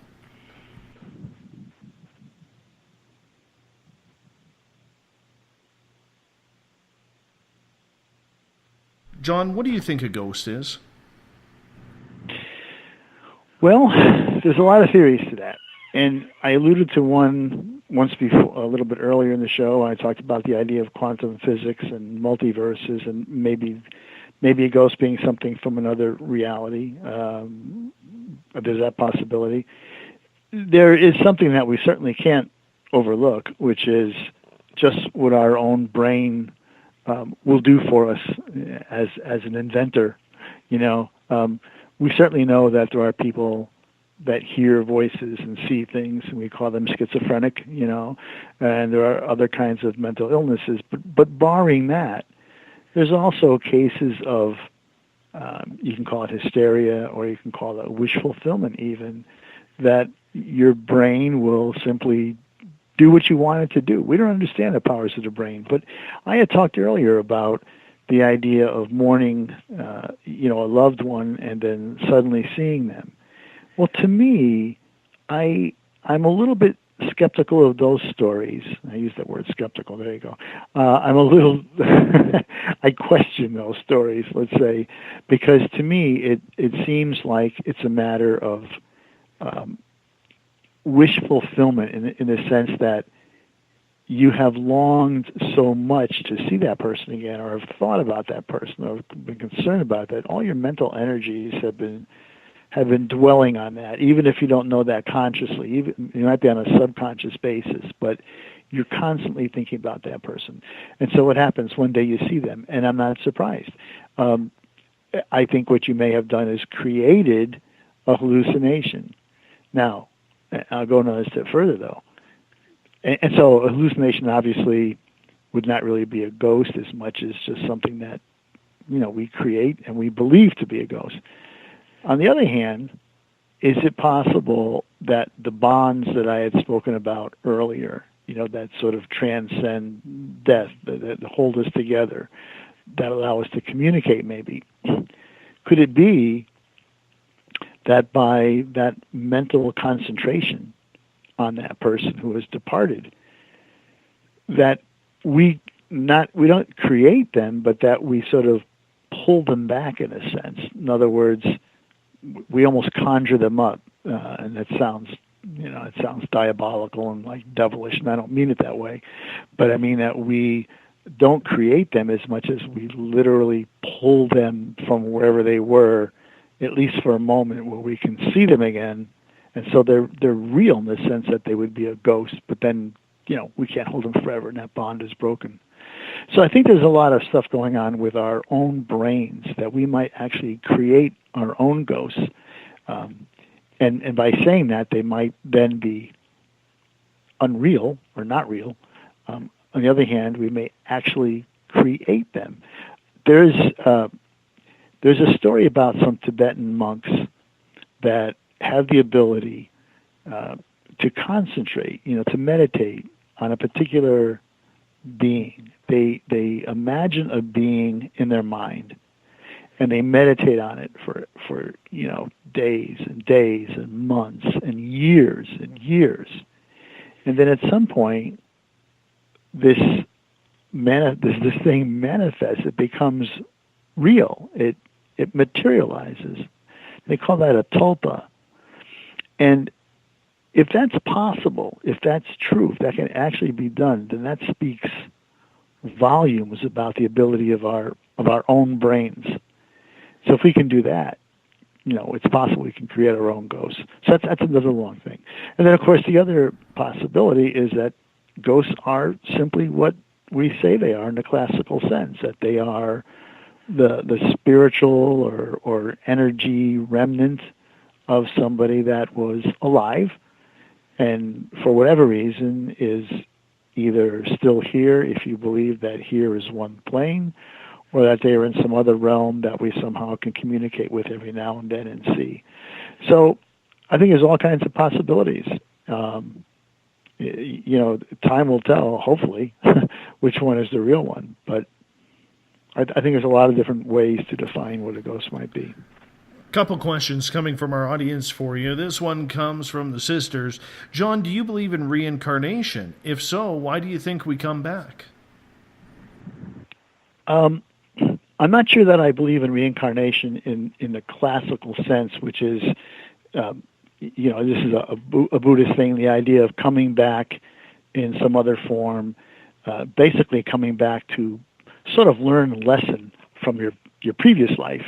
You did something wrong, or you didn't quite understand how you were supposed to live in your previous life, so you come back in a new form that will teach you that will give you that experience of here's what you should have done in your past life. And you continue to go through that until you reach a state of perfection, which, is nirvana, as the Buddhists would say. I don't know that I necessarily believe in that sort of recycling, except that I do believe, as I said earlier, that there is something eternal within us, whether you want to call it the soul or spirit or just energy, whatever you want to call it, doesn't matter. The term is irrelevant. But I believe there's something in us that's eternal and goes on. So now going on to me means advancing, means going to some other level of existence rather than, coming back here in another form. That's a possibility, I suppose. I think I'm saying the same thing as people that believe in reincarnation, in that we believe that there is something eternal within us that goes on. They say it goes on but recycles, comes back until it becomes perfect. I'm not sure that I say that as much as I just say, yes, it goes on. It goes on to somewhere else. And I don't know where that somewhere else is, and there may be another somewhere else after that. It's possible. But I'm not sure that I think it comes back again and starts all over here. I'm still not sure about the whole reincarnation thing. I mean, I do believe if you take, past life regression or hypnotherapy seriously, there are people who are saying that, coming up with, different lifetimes and what you were. If I believe the hypnotherapist and the psychic medium who told me about my previous life, I was a fighter pilot in World War II that got shot down and killed over the Battle of Britain. And, it's one of those things where I'm not sure if there is a real tie to anything along those lines. I battle with that and my own creationism that I tend to believe. Do you have that struggle as well, coming from a Catholic background? Well, with reincarnation particularly? Yes. Or just, no, not really. I mean, certainly the Catholics would say that there's no reincarnation. I mean, that the theology is you die, and when you die, you go someplace. You go to heaven, or you go to hell, and you're in a spiritual realm at that point, but you don't come back. So, growing up as a Catholic, I certainly didn't have any thoughts about reincarnation, and I still, like I said, when I think about it, I'm not sure about past lives, which would be reincarnation, past life regression. You're right. There are stories, a lot of stories of people that, have recorded some amazing past lives. Was it Bridie Murphy? I guess was the classic, case of that years ago, who was able to recite all kinds of stuff about growing up, a couple hundred years before in England, and her details were like incredible. And people would look it up and say, yeah, that's true, that happened, and there was no way that she could have known it. I don't know. I don't know about that. I tend to doubt it. And I guess I just leave it like that. I tend to doubt it. I actually had a therapy session, hypnotherapy session like that as well, where I regressed. And the only thing I can remember that came out was the idea of I was standing in what I guess you would call a scriptorium, which was in the monasteries in the old days, medieval days, where the monks would literally hand copy, all these texts. They'd write them out by hand, So there'd be, 6 or 7 monks sitting at these desks in the scriptorium writing these texts out. So I was there in this past life, but not with the monks. I was in that room, but I was standing watching them. And I remember looking at my hand and finding like this gold ring with this big red stone like on my hand, almost indicating to me that I was something other than a monk, because a monk wouldn't be wearing a big gold ring with a red stone on it, So it was something like I was, a bishop, or maybe some kind of a nobleman or something like that. But that's all I got out of that. And there wasn't any, that was it.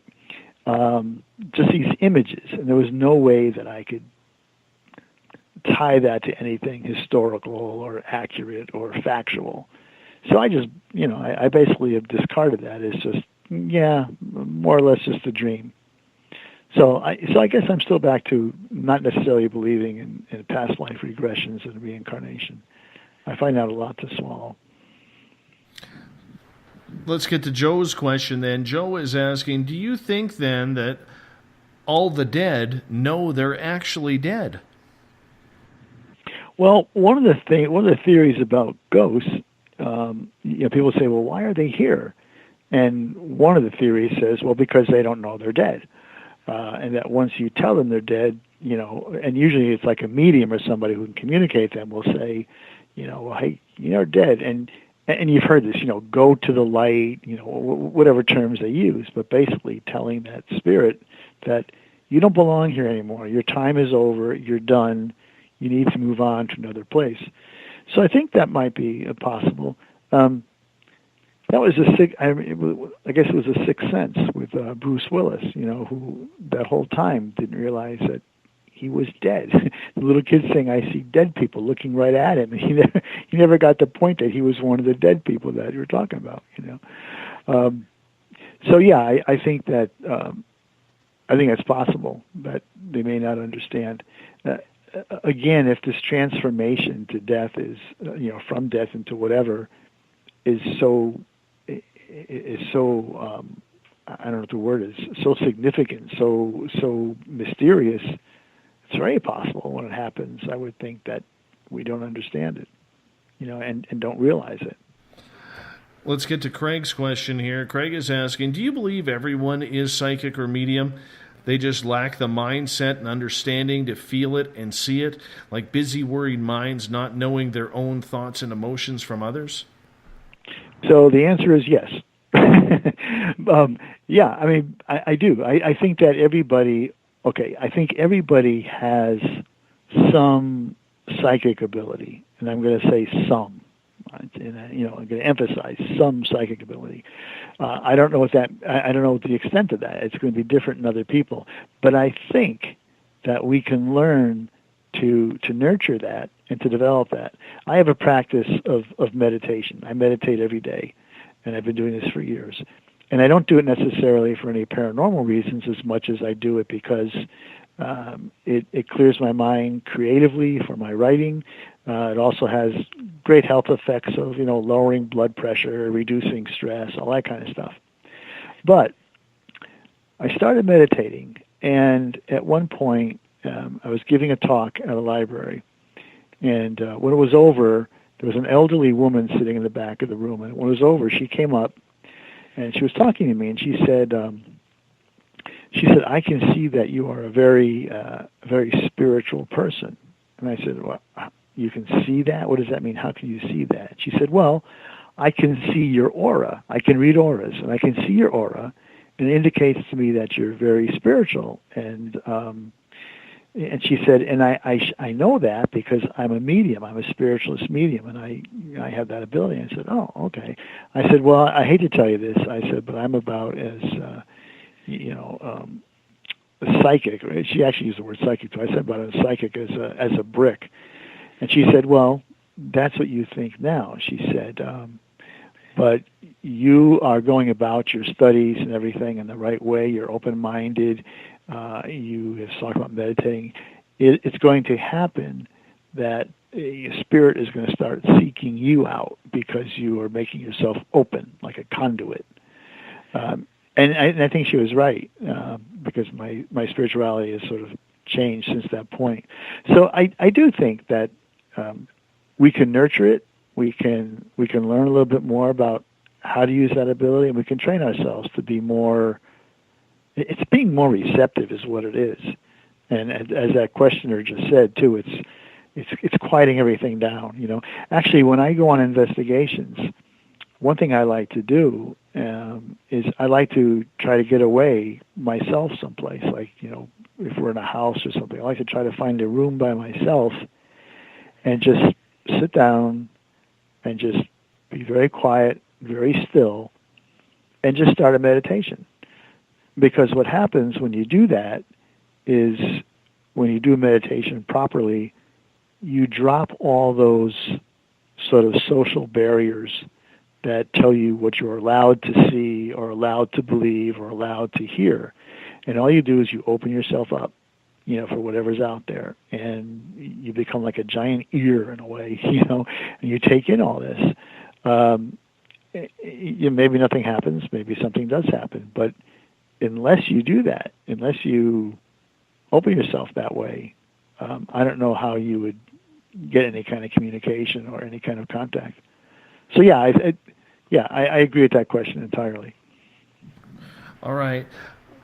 When it comes to the technology that a lot of these paranormal teams are using these days, do you think it's that technology that is actually going to prove the existence of ghosts, or do you think the spirit world will always be an unanswered question?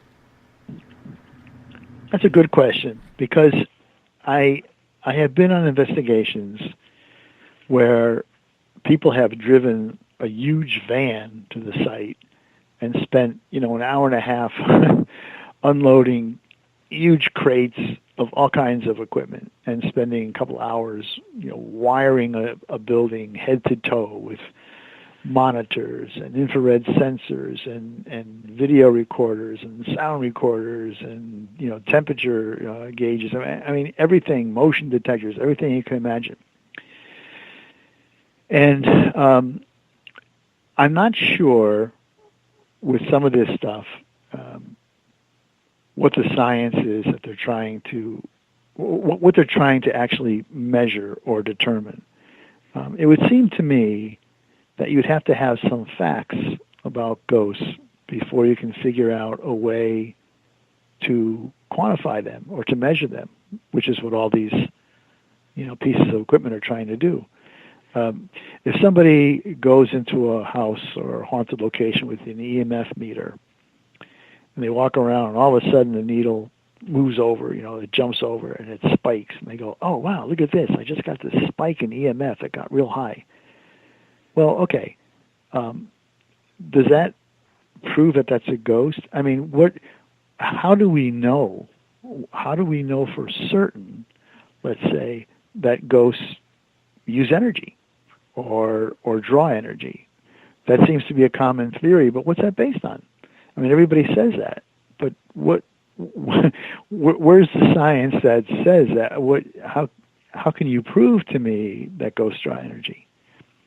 So if you have something that is measuring energy, but we don't have the proof ahead of time that ghosts actually do draw energy, then what is that gauge telling you? I mean, it's not telling you anything. It's a number, but you can't necessarily back it up. You know what I mean? I think what we're doing is sort of putting the cart before the horse. I think we have all this equipment, which is fun to play with and everything. And I'm not saying it's totally without value, because if nothing else, we're collecting data. And it may be that after years and years, if everybody pools their data, we might find some commonalities that say, so in every haunted location, we've noticed the temperature drops 10 degrees or whatever. But in the meantime, I think we've got these great gadgets that we want to put out there, but we don't have sort of a baseline indicator at first to tell us what we're even supposed to be measuring. And I've been in other investigations that are very simple, very low key, and don't require a lot of equipment. And I think the results that we've gotten from that have been as good. So I'm not totally down on the technology and the equipment. I just wish that people would think more about what is it that we're actually trying to show, and where is your proof that shows this equipment will give you the result that you want. And I don't think we have that yet. The danger that I see with everything is this whole word science. And this has been a hot topic word or a hot button word for me in this field of paranormal radio, because we have a lot of people out there, John, who say they are conducting scientific experimentation, and you know full well they have not stepped into a laboratory or done anything scientific since probably grade 8, 9, or 10. Right. And that's I guess that's kind of the point that I'm making, is by having all the technology, they say, hey, look, we're doing science. I say, well, not really. I mean, you got the technology, but it's not really science. And I think it's really hard to make paranormal research a science because, the idea of being able to replicate the same experiment with the same results over and over again, Well, we know that the paranormal world doesn't seem to work that way. It seems to work by its own clock, and it seems to want to do what it wants to do when it wants to do it. So it's hard to really make it a science, but I do think there needs to be a more scientific approach, truly using the methods of science, the tools of science to try to understand the paranormal. What I would really love would be to see people who are, real scientists, like, physicists particularly. I would love to see them start exploring the paranormal, sort of like the Rhine Institute, that kind of thing. But they're reluctant to do that, and I understand why, because their real jobs are at universities or hospitals or places like that, or scientific institutions where they're relying on grant money. And the minute they say they're studying ghosts, well, there goes the grant money, there goes their job. So I can understand them not wanting to get involved. But it's a shame, because I think we kind of need hardcore scientists in the field to help us understand it. We only have about a minute and a half before we go to break here, and I want to continue on this whole science of the paranormal idea and topic when we come back as well. But when you talk to ghost hunters who are saying that they are conducting science, do you school them back, John, in about 30 seconds or less? Do you school them back? Again, I'm reluctant to say, hey, I know everything and you know nothing, So I do try to point out to them that, this may not be the best method, because we really don't understand the laws, the scientific laws that govern the paranormal world, and there's got to be some laws. And so, maybe I always like to say, hey, this is great. You're collecting a lot of data. That's good. Collect data. Maybe, we can analyze the data at some point. So I kind of let it go with that. But most groups have heard my spiel on this. They know where I stand. Well, you know what? I think you and I stand on the same footing in regards to it, because there are way too many people collecting data say they are conducting science. And right. especially when they don't even have the decency to turn their evidence over to their clients as well. We're going to get more from author John Kachuba going into hour number 3 here on Spaced Out Radio. If you want to visit John's website, it's johnkachuba.com. That's KACHUBA.com. johnkachuba.com. We will be back with more paranormal. We're going to get into some shape-shifting as well in hour 3, and we're going to continue with the science of paranormal as well. Your questions, if you got them, put them in the chat room. I will get to them. You are listening to Space Out Radio. I am your host, Dave Scott. We'll be back right after this break. Looking for a great weekend getaway this fall? Hi there, this is Dave Scott.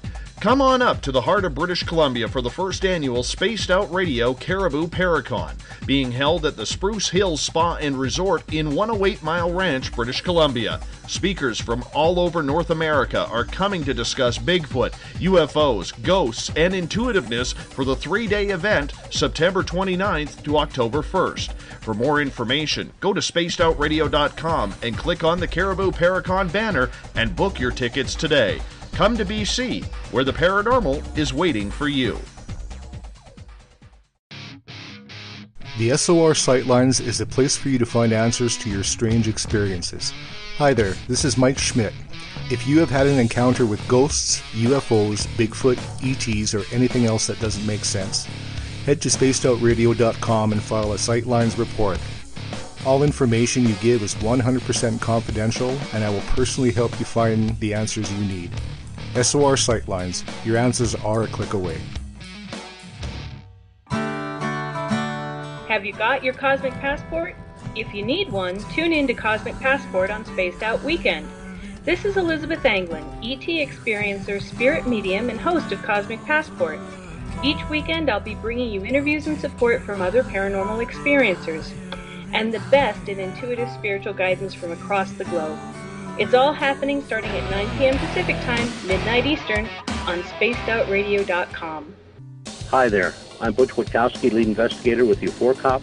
On the final Monday of every month, you can listen to me and host Dave Scott on Spaced Out Radio's Strange Days. We're going to get to the heart of the matter when it comes to what's happening out there. People are seeing and experiencing things from ET contact to Bigfoot, and I want to hear about it. Your experiences are what we investigators need to help solve these unknown mysteries. So tune in at spacedoutradio.com to the final Monday of every month from Butch Wachowski's Strange Days. This is your medium, Joanna, from Spaced Out Weekend, 2 mediums and a large. I would love it if you would come and join us with host James Tyson every other Sunday on Spaced Out Weekend. Together, we will take your calls and your questions live. Our goal is to provide you with a positive outlook on deep questions that you may have. Questions regarding love, relationships, money, or whatever else is on your mind. Come and check us out at spacedoutradio.com. This is Eric Markham, news editor for the Spaced Out Radio's The Encounter Online. We have put together a great team of writers and journalists from all over the world to bring you top-quality paranormal stories, from alien encounters to the latest conspiracies. You won't find any of that fake news here. True stories and top-notch reporting as we look to bring these experiences to the mainstream. The Encounter Online, only at spacedoutradio.com. Patrolling the Pacific Northwest, we are always on the lookout for the strange and unassuming stories that real people are experiencing. Hi, I'm Vincent Zunza from Pacific North Weird. Me and Alexandra Sullivan have teamed to bring to you those odd stories that never seem to make it into the mainstream. Stories so weird that will leave you scratching your head wondering, is this real?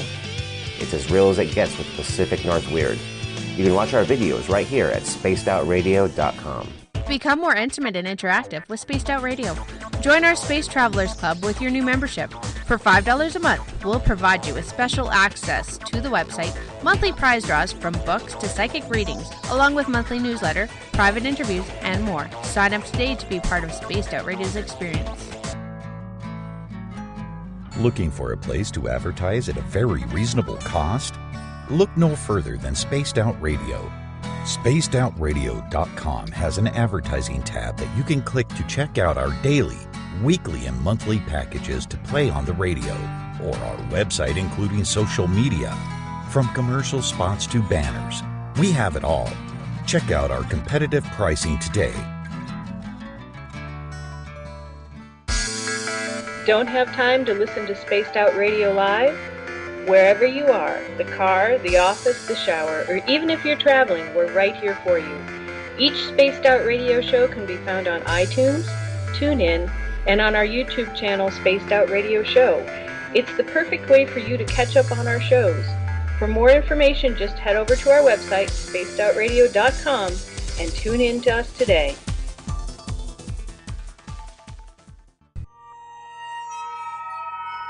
You hear footsteps in the empty room above you. A rocking chair begins rocking by itself. Don't be afraid of the things that go bump in the night. Reach for Spirit Storybox, the iPhone app the Huffington Post UK called the only ghost hunting app you will ever need. Spirit Storybox. The spirits are telling their stories. Are you listening? Strange creatures lurking in the night, the sounds of wood knocking in the forest, odd happenings right out of a fictional world. These are the reports I love. Hi there, this is author Ronald Murphy, and I would love it if you join me and Spaced Out Radio host Dave Scott the second Wednesday of every month on our journey into the unknown land of cryptozoology at spacedoutradio.com. From Mothman to Frogman and everything in between. Hey, they don't call me the crypto guru for nothing. Did you know that Spaced Out Radio runs 7 days a week? Hi, it's James Tyson from Spaced Out Weekend.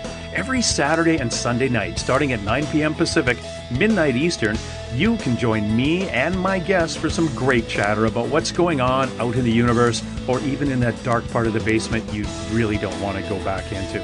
Well, let's find the answers to your experiences together. So come on up to Uncle Jimbo's cabin on the weekend. For more information, look us up at spacedoutradio.com. The views and opinions expressed by tonight's guest and topic of discussion do not necessarily represent the official policy or position of Spaced Out Radio, Spaced Out Weekend, Spaced Out Radio Limited, its hosts, syndicated carriers, or anyone associated with this broadcast. You're listening to Spaced Out Radio with Dave Scott. Follow Dave on Twitter at Spaced Out Radio and hashtag Spaced Out Radio, and on Facebook Spaced Out Radio Show. Now, back to the program. A child grew up too fast, went running wild. Now we don't know who to pray to anymore. Welcome back to the final hour of Spaced Out Radio tonight. I am your host, Dave Scott. Good to have you along with us. Tomorrow night, we stick along the paranormal topic as Mike Boren will join us. We are going to talk ghosts of the Great White North. We're going to talk about a great investigation that he had up here in central British Columbia at the Bailey House. We're going to talk all things paranormal around Canada and British Columbia right now. So it'll be a good time indeed. 9 p.m. Pacific, midnight Eastern time at spacedoutradio.com. We want to welcome in everyone listening in on WQEE 99 Rock the Key down in Noonan, Georgia, home of The Walking Dead. We are also live on the United Public Radio Network. 107.7 FM in New Orleans and over 160 countries around the world. Thank you so much for being with us as well. We're live on KTLK, The Fringe FM, Renegade Talk Radio out of Las Vegas. And if you're listening in on Revolution Radio, remember the Double R Machine is a donation station financed by you, the valued listener. Head on over to freedomslips.com and donate today. Bill Cardwell has set the password for tonight in the SOR Space Travelers Club. Kinethiodite. I know I got that one wrong. Kinethiodolite. I don't know. I'm going to be honest with you. My first week back, coming back from the forest fires, Bill is not taking it easy on me this week. But Bill sets a password each and every night right here on the mighty SOR. Now, if you want to follow us on social media, you can do so on Twitter at Spaced Out Radio. Use the hashtag Spaced Out Radio if you want to connect with me live during the show as well. Give our Facebook page a like, Spaced Out Radio Show. Find me on Instagram, Dave Scott, SOR. You can also tune us in on TuneIn, download this show and others on iTunes. We're also on iHeartRadio in the United States, Player.fm, RadioGuide.fm, TalkStream Live, and Stitcher. Our website is spacedoutradio.com, where we have a plethora of features for you, including joining the SOR Space Travelers Club for $5 a month. You can read up on the encounter online, some great news stories. You can check out UFOseekers.com on our website, as we are affiliated with them, and so much more. Tonight, for the final time, I introduce author John Kachuba. He has written 12 paranormal books. He's got a 13th coming out about shapeshifters. We're going to get into shapeshifting in hour number 3 here. John, thank you so much for joining us. Welcome back. Thank you. It's been fun. Right before the break, we were talking about this whole idea of paranormal science, and there's a lot of teams out there, John, who say they are conducting scientific experimentation, which I'm glad to hear you don't really agree that they are doing. That wipes the sweat off my brow. I'm not going to lie. But the one thing that I find very interesting is we have all of these different paranormal groups, no matter how they are set up, claiming they are conducting science, yet they're not doing anything to help the investigation. They're not doing anything to help a client, especially if it's in their home or place of work. What do you think in general, or what is your opinion of the paranormal field? Well, you're kind of asking a couple of different questions there. I would say that the people that I've met over the years, people that I've worked with over the years, for the most part, have been serious-minded, folks who are trying to do the best they can. If they're just doing investigations of haunted locations, that's one thing. I talked about sort of different successes and different ways of doing things, and everybody has a different way. That's fine. But if they're also trying to work with families, who are having issues with poltergeist or something else going on in their home, just hauntings or whatever. I've heard stories about, some teams that have gone in and basically were just trying to get some experiences and not really caring about the family's needs so much. I've heard that, and I think that's a wrong way to go. But I've also heard good things about other teams that have gone in and, have been concerned very much about the family and have worked for that family as much as they could to try to help their situation. And also, if they were unable to do so, to at least help them even further by, referring them to other people that could help or whatever. So it's like anything else, Dave. It's a mixed bag. You have people that are good intentioned and capable. You have others that, their intentions are maybe not as good and they're not as capable. So, yeah, I don't know how to answer that other than to say that it's mixed. I think personally I've been lucky in that I've really worked for the most part with people that I've respected and thought were doing the right thing, whether it was just doing investigations or actually doing investigations designed to, help people solve a problem. I think that there is one big issue that we see in the paranormal field, and that really is, and I realize it's impossible to get that way because the field is kind of anarchic when it comes to investigative technique.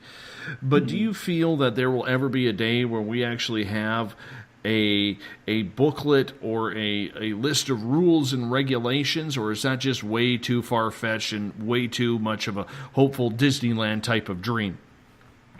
Well, there's two ways to answer that question. I think the first thing is that sort of a pet peeve of mine is that it seems that a lot of groups are sort of possessive and even kind of territorial in a way. And so rather than getting whatever data they get or evidence or information and sharing it with other groups, frequently you hear like, well, we did this and they did that and they did it wrong, but we did it right, and they don't know what they're doing. We know what we're doing, and I think that doesn't help. I think what we all need to do, anybody in the community, is to figure out ways to collaborate, to share information, because I think that the various methods that people use and everything, there's probably a little bit of something valuable in each one of those. And if we sort of pool all that information and the resources, I think that's a valuable thing to do that might give some sort of common ground to the whole field.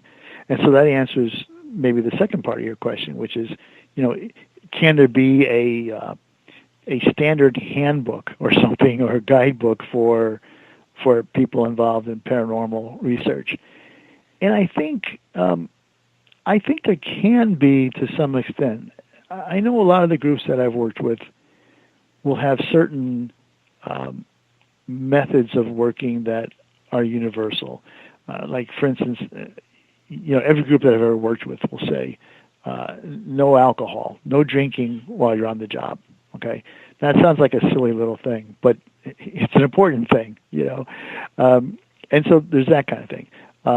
Frequently, a lot of them will say things like, no violation of, trespassing laws or anything else like that, or vandalism or anything to do your job. So there's kind of those standards, which doesn't go directly to investigation as much as sort of just good behavior when you're out there in the field doing things. But I think that's a start. And I think there's a lot of groups that do subscribe to those kinds of principles. So, it could be the beginning. I don't think I'd be in favor of something that would say, every group should use an EMF meter as an example. I have nothing personally against EMF meters, but that's the only way. Everybody should do that, or everybody should do this, or everybody should have a medium, or everybody should use dowsing rods, or everybody. I wouldn't want to see that, because I think we need creativity in the field to think of different ways to try to get the answers.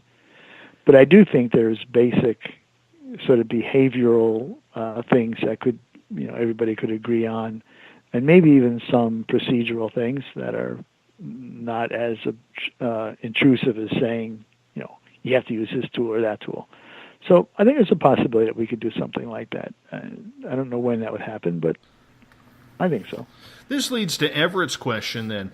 Do you think paranormal researchers are even interested in proving anything exists? Or maybe they're just out there to promote their own products? I don't know about promoting products as much, but I do know that there are people out there who are just having a good time. It's fun for, a lot of people like the idea of roaming around in the dark and getting scared and, trying to find a ghost. So there's that. But I think, for all that, I think there are more serious groups that are really trying to do the job. In terms of promoting products, I don't know. There are so many TV shows, and it seems like everybody wants to be on TV. So there might be something to that too. Like, let's just do these investigations and see if we can get ourselves on television or get a gig doing that. Which is certainly the wrong reason to get into this field, as far as I'm concerned. It's not about celebrity. I mean, I've been on television. I've been on a lot of radio programs, but that's not what it's about. It's about learning. It's about trying our best to get some answers, to try to answer some major questions about where we are, who we are, where we're going, what comes next. Let's get to another question from our audience. Brian has a question. He says, when spirits are coming through, what place do you think they're coming from? Heaven or some place in between? Also, can spirits, in your opinion, come through and communicate with us in our dreams? Two questions. So the first one I have to answer only on a personal basis, because my own belief system does not have room for heaven or hell. I discard both those ideas. So I personally don't believe that there's a heaven or a hell. I just believe that there is probably something after, but that it's a non-punitive as well as a non-rewarded place. It's just another place that we go to. So, it's hard for me to answer that question because, like I said, I don't buy the concept of heaven. But I do think that when we get that kind of communication, that yes, it's coming from that spirit, and that spirit, I would believe, would have to be in some other realm, some other dimension. The second part, I forgot what the second question was already, but what was the second part again? Do you believe that they come to you and try and communicate through dreams? Yes, right. I think so.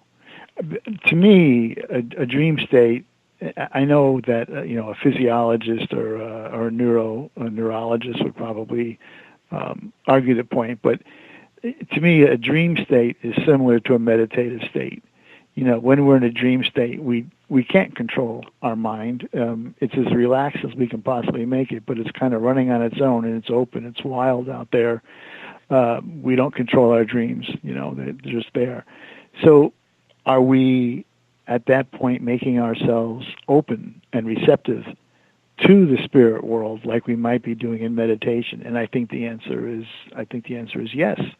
So I do think that we could receive communication or contact, if you want to call it that, through dreams. I think that's very possible. There's certainly a long history of people saying that, that yes, it was through dreams that I saw so-and-so or whatever, when somebody spoke to me or whatever. And I think that the dreams might have more substance to them than just dreams. All right, let's get to this question, because a lot of groups believe cleansing has become a popular issue. Some people claim that anyone can do a cleansing of spirit. Some say it must be done by a medium, and some people say that it must be done by a clergy member. What are your thoughts of this? To me, again, this seems to go back to personal belief.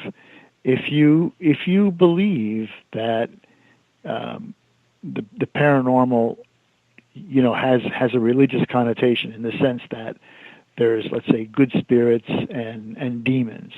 Let's say angels and devils, not angels, but good spirits and let's say diabolical spirits. If you believe that, and if you believe in the idea of heaven and hell and everything else like that, then you are probably going to believe that a clergyman, a minister of some kind, is what you would need to cleanse a house. A priest comes in with holy water, or what it might be. a Native American shaman comes in and does a smudging or something. So you would believe that would be helpful if that's your belief context. But if it's not, then a minister's services would be irrelevant. What I do in cases like that, first of all, I don't personally do the cleansing kinds of things, but what I would recommend to people is I would say to somebody, if it was a family, for instance, I'd say, well, what's your faith background?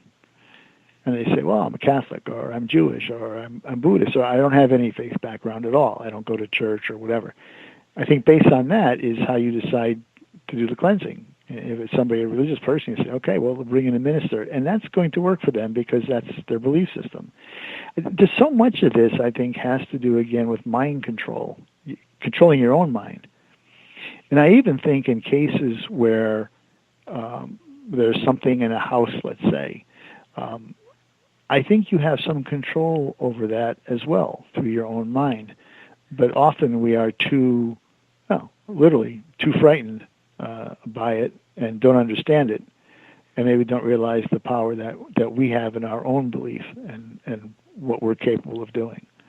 That's kind of a convoluted answer, but I guess any one of those kinds of people would be acceptable for a cleansing, depending on the situation and who the cleansing is for. So let's take it back to paranormal teams for a moment here, and let's go down this road for a minute. Every ghost hunting team seems to have their own procedures and protocols about how it both affects fields, the people who are involved as suffering from the paranormal activity, to the skeptics as well. If you were to put or derive or write some sort of book in regards to the paranormal field, what would you like to see more of, and what would you like to see eliminated or absolutely cleansed from this field? Well, I think what I would like to get rid of would be, I hate to say people, but I would like to get rid of the people that are working with families, and again, not working with the full intent of really trying to help the family. Not that they're not, but that they have a much stronger interest in just finding a ghost or something, or making themselves, famous, or getting media attention or publicity for being able to, rid a family of their problems. I'd like to see those people just go away, and I would like to see just the honest practitioners, the people that come in that really do want to help the family and are trying hard to do that to the best of their abilities, and are not looking for publicity or anything else like that. They just want to be helpful. So I would like to see that. Other than that, I don't know if there's anything else that I would sort of get rid of. I would like to have some kind of a caution, maybe, about technology. We just got finished discussing this, but I think it's worth repeating that I think I'd like to tell people, okay, let's not rely 100% on instrumentation and, all these gadgets, because that's not really where it's at. I said earlier that I think pretty much all of us have some kind of a psychic ability, and that we can make that kind of a contact possible. I think that's possible, and I don't think we need all the gadgets to do it. I've been in places where people have been so focused on looking at a monitor or reading a meter that they don't even know what's going on around them. There could be like ghosts walking all around their desk, and they wouldn't know because they're just so they're so glued to their recorders and monitors and everything else like that, instead of doing what I like to do myself, which is, again, is just get off someplace, get quiet, and just try to tune into what's there with your own abilities rather than anything technological. So those are some of the things I guess I would change. You have a new book that you are currently writing, as we change topics here, in regards to shapeshifters. This is a Right. topic that very much intrigues me because I am very big on the fact that I believe Sasquatch is either a shapeshifter or an interdimensional type being. I haven't figured out which one yet. First Nations up here tend to believe that it is, with their own experiences here in British Columbia. What led you down the shape-shifting path? I'm not really sure. I'd written, several books about ghosts, since we've already talked about it. And I sort of, my interest kind of broadened. I think part of it might have been that in my paranormal research, I would hear about not so much shape-shifting per se, as much as other kinds of entities that weren't, people couldn't classify them as ghosts, but sometimes it, maybe shadow people or whatever. And I just started thinking about some of those other entities, and the idea of the shapeshifter really came to mind. I think part of it is I've always been, as I mentioned, I like history and I've studied history, but I've also studied a lot of Native American culture, not so much First Nations in Canada, but certainly below the border there, our own, Native Americans. I've done a lot of study of history. I've actually written a lot about Native American culture and history, and I was always interested in things like the skinwalkers of the Navajo, the Wendigo, which is, sort of up your area, the Cree and some other areas have that, and other kinds of shapeshifters. And for whatever reason, it started coming back to me again recently, and I started thinking, wow, what other cultures have that? And then I started thinking about the traditional sort of, everybody knows kind of shapeshifter, the werewolf, the vampire.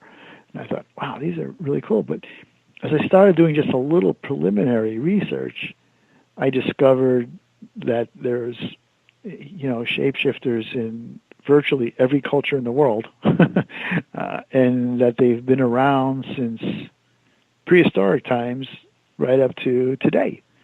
So the book is Shapeshifters. The title is Shapeshifters, and the subtitle is A Popular Culture.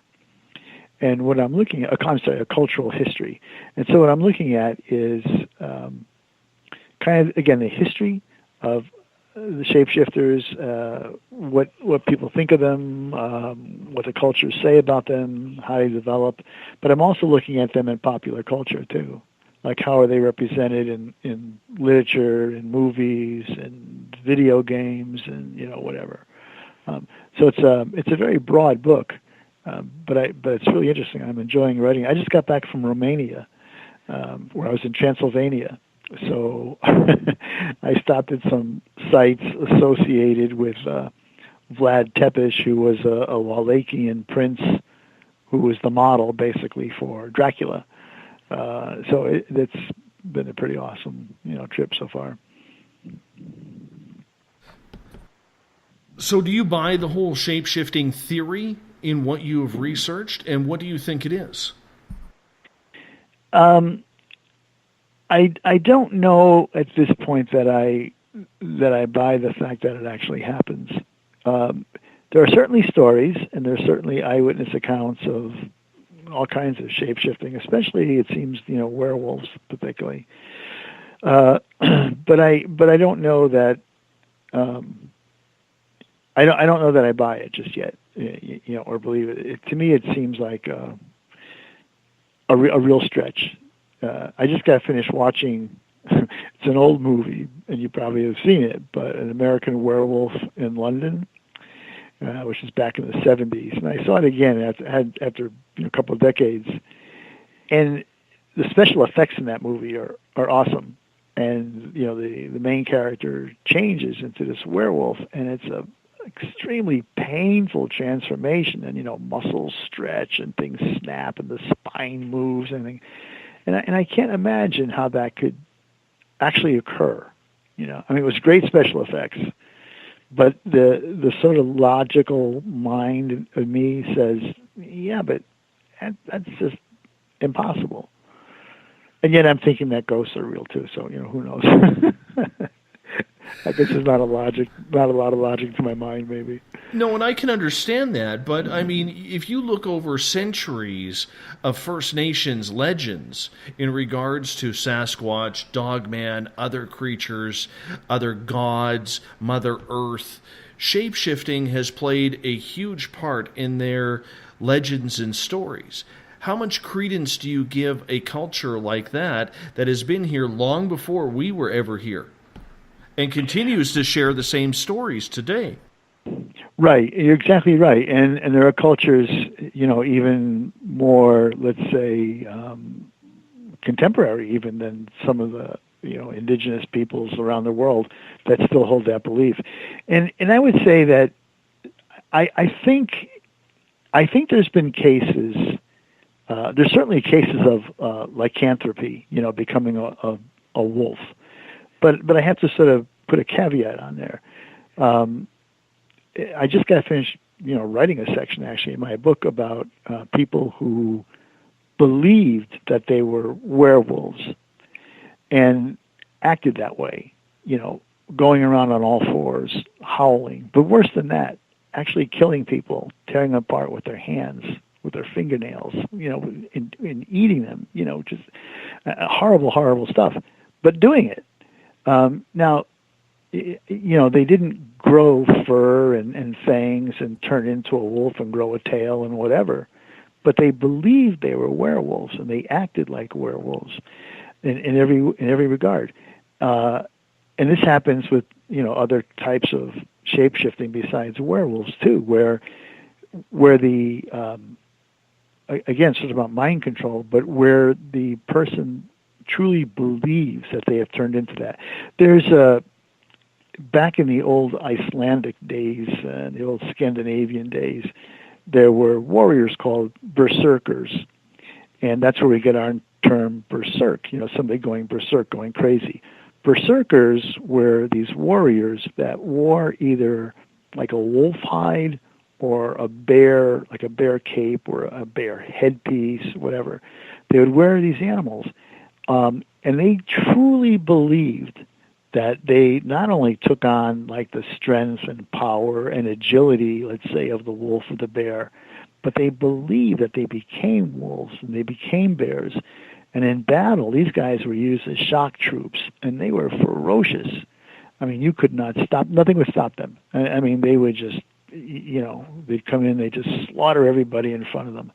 And it got to the point, in fact, where they became so dangerous that if you were, the military leaders would have to take allied soldiers and move them away from the berserkers, because the berserkers were berserk, and they would just kill anything that was within their range, whether it was an allied soldier or an enemy. But these guys did it believing they were that way.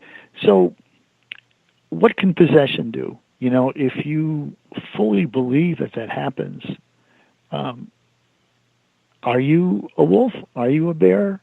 Are you a werewolf? Maybe part of what these legends have to do is with that mindset that allows you to become that way. There are prehistoric paintings in caves in France and in Spain that show animals being hunted, some deer and whatever. And frequently you will see a human figure, and the human figure will have the head of an animal. Now, we don't know what that means, except the popular theory is that this was shamanistic magic, that the shaman would paint these, pictures of the hunt, and these hunters with animal heads, meaning that they would take on the guise, the appearance, the strength, the abilities of the animal they were hunting, so that they would be on a par with that animal and be able to actually go after it and kill it as part of the hunt. So again, did they really do that? Did they actually believe that they were transforming into something? If they did, then you got yourself a werewolf or a werebear or whatever animal it was they transformed into, even though they didn't look that way. So I think there's some merit to the stories of transformation, whether they are transformation that you would watch it and say, wow, that guy just turned into a big furry wolf right in front of me, or whether that guy is absolutely crazy and acting like a wolf. I'm not sure it's a big difference. So in the United States, we have the shape-shifting skinwalkers. Skinwalker Ranch, owned by Robert Bigelow, who is a controversial figure in his own mind when it comes to the field of ufology and the paranormal. What have you learned on skinwalkers? Well, not a whole lot just yet, other than, it's primarily the Navajo, Dene, as they call themselves, the Dene people that have this cultural history of skinwalkers. But they believe the skinwalkers are able to transform at will, and they're actually witches. I mean, they're male brujas, witches, that transform into creatures, usually wolves, but not necessarily, but, ferocious animals, basically, and that they are evil. That's the common belief among the Dene, that these are evil people and that they are out to kill or create havoc or damage or whatever, but they're not good people.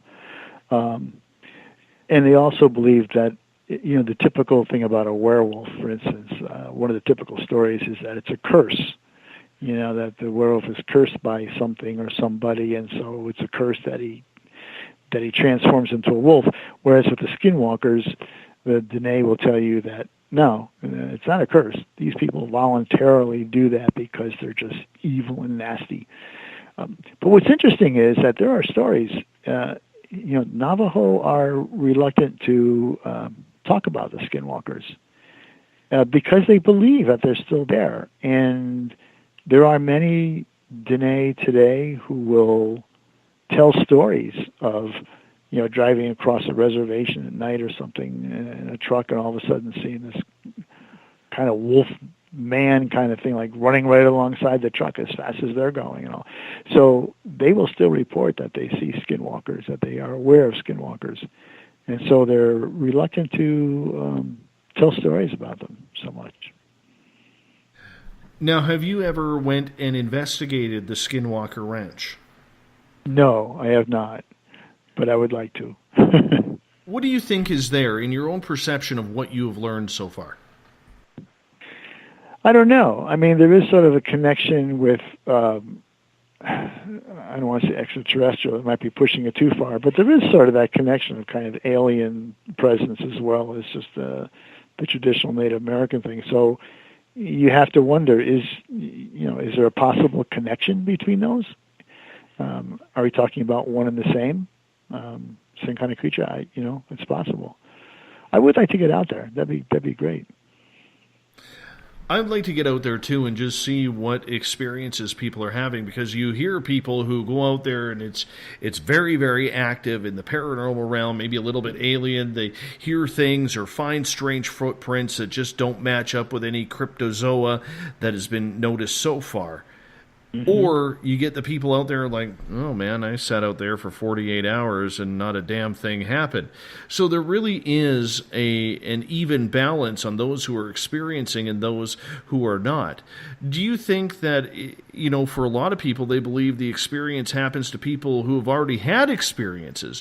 Do you think it's along those lines that something may happen or not? Or do you think that really it's typical paranormal? You just can't predict when action is going to happen? Well, I've certainly had experiences where, I've gone into a haunted location, a house or something, with a team, and, we sat there all night long, from 6 p.m. to 6 a.m., and absolutely nothing happens. I've been in another location where we were there all night, and nothing happened until the minute we packed up all our gear and literally were walking out the door. So it's certainly unpredictable. You can never just say at 10 o'clock, the ghost will appear, so we'll just sit and wait. No, that's not going to happen. So I think it's completely unpredictable in that light. But your first part of the question is interesting. You know, do people who have had experience more? If I got you right, if I think that's what you said. And I think there's something to be said for that, because I think if you've had some experiences, I think, again, you are willing to sort of drop again those barriers that say, no, that wasn't a real experience. It was this. It was the wind, or it was a dog howling, or whatever it was, but it wasn't a ghost. But if you've had those experiences like that, your ability to disregard sort of those other excuses might make you more open and maybe aware, maybe more cognizant of your surroundings and what could be out there. I think it goes back to what that spiritualist, told me, that the spiritualist minister at the thing. She said, well, the spirits will start contacting you, because you're more open, you're being receptive, and they're aware of that. So maybe if you do have those experiences, you continue to have more. I don't know. There's a lot of people, too, who refuse to talk about the skinwalker because they think it brings it along. What have you learned about this legend? Well, that particularly, I think that is part of it. I think they're afraid, to speak about it for fear of somehow drawing it, to them. Or, the fear might just be that in speaking about it, you're revealing it, you're uncovering it, and it doesn't want to be uncovered or revealed, and so it might just come after you because you've been talking about it. So I think that's kind of, I think that is exactly the take that they have on it, that's why they are reluctant to discuss it, I don't know if I would want to see one. Yeah, I really don't. I've seen a lot of things, John, in the last 6 years, from UFOs to Sasquatch to aliens and ghosts. I don't know if I want to run into a skinwalker. I really don't. That just seems to take things to a whole new level of spooky, if you know what I'm saying. Well, yeah, every all the stories that you hear about them, it's not just spooky, but it's pretty much like terrifying. Like, yes, I would rather not, if possible. On the other hand, it'd be pretty cool in some ways if you survive the experience. Well, I just don't want to go there.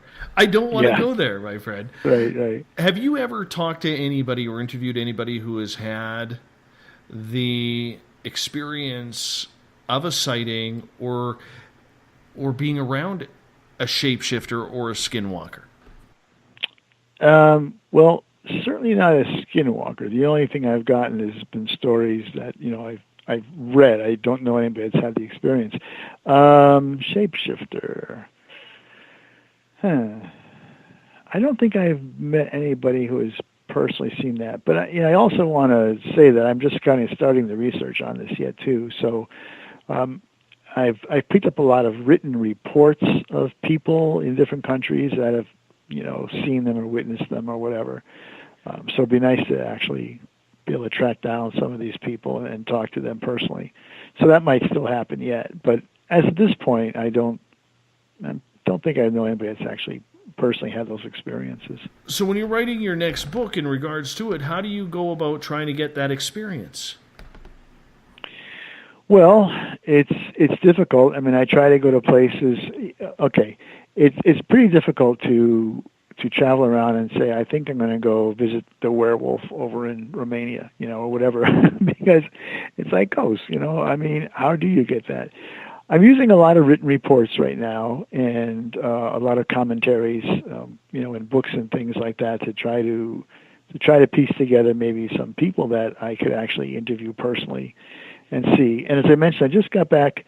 We were in Europe for 2 months. I was doing some research for this book, and I was in 7 different countries over 2 months. It was pretty exhausting. But, I did go to Romania, and I did check out some of the sites, like I said, associated with Dracula. But I also went I was in Belarus, of all places, and got a vampire story there. But, and I tried to talk to the local people and everything. In Romania, in Transylvania, it was very interesting because people didn't want to talk about Dracula and about vampires.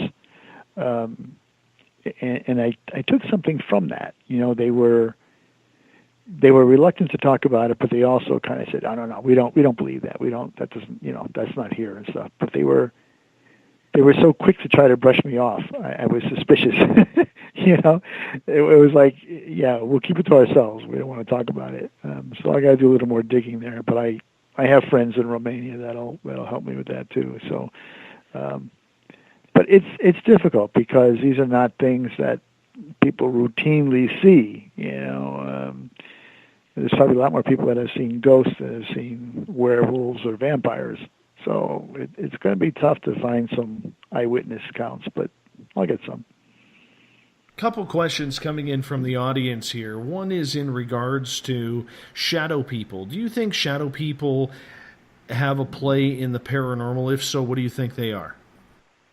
Well, I think my theory with shadow people might be, again, leaning more toward quantum physics, in that when people describe shadow people, they seem to be different than the way they describe a ghost. They seem to be more like people, only usually sort of without features, and usually just kind of dark, that kind of thing. At least that's how I've heard them described for the most part.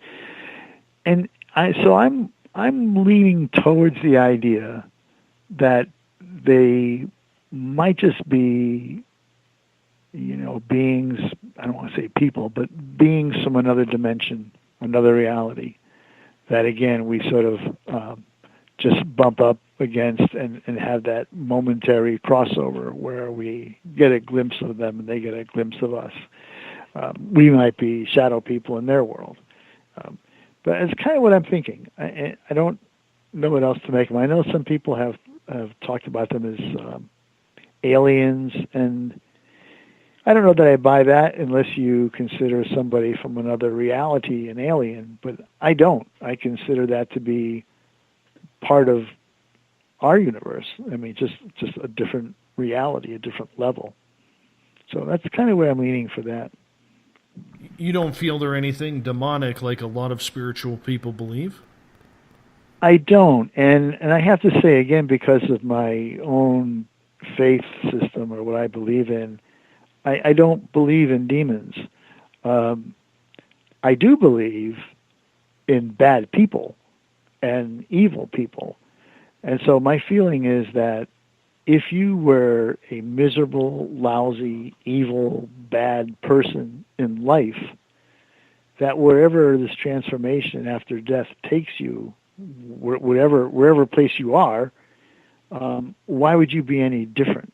Why would you suddenly become something, very nice and soft and gentle and kind? No, you would probably still be mean and evil and bad. So that doesn't make you a demon, but it makes you the kind of spirit that, you don't want to meet. You'd be an evil, nasty person, and you'd be that way forever. So that's the way I look at it. I just don't buy the concept of, heaven and hell and demons and all that. I just think we are what we are. We're either good people or we're bad people. And we continue that way, no matter what level of existence we're at. We're still good or we're still bad.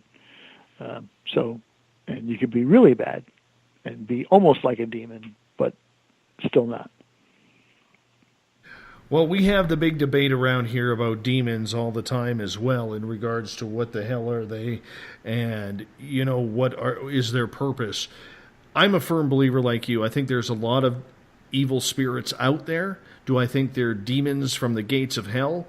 Not all of them. And it's funny because when you watch these television shows out there, which I think have been a huge detriment to the paranormal field in general, they're picking up demons, like going down to Walmart. Yeah, I'll get a special on 4 demons over there if you don't mind, and we'll take those. That's not the way it is. I have investigators who've been on this show who have literally been investigating 35, 40 years and have maybe run into one.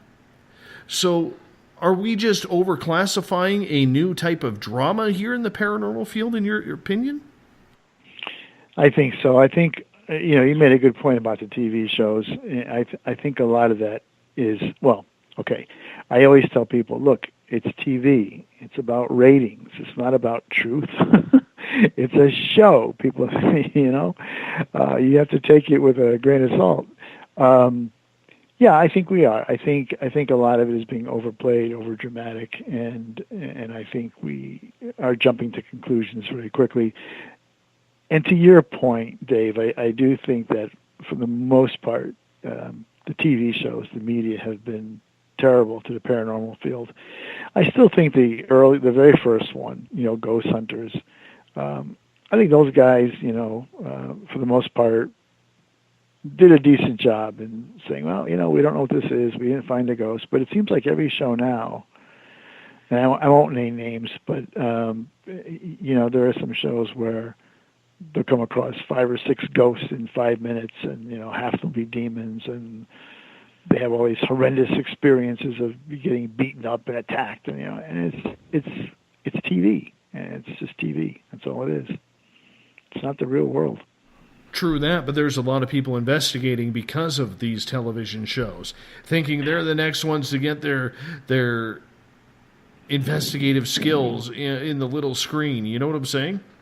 Yeah, well, absolutely. And I had said earlier tonight, too, that one good thing about the shows is that they've become so commonplace that people are willing to at least talk about their experiences and open up about their experiences and not feel like they're, crazy people. So I think that's one advantage. But yeah, you're right. The rest is just crazy. It's just nuts. And I'll tell you, I don't watch any of the shows. I don't watch one of them. Me either. I couldn't be bothered. I try and do real journalism here. Yeah.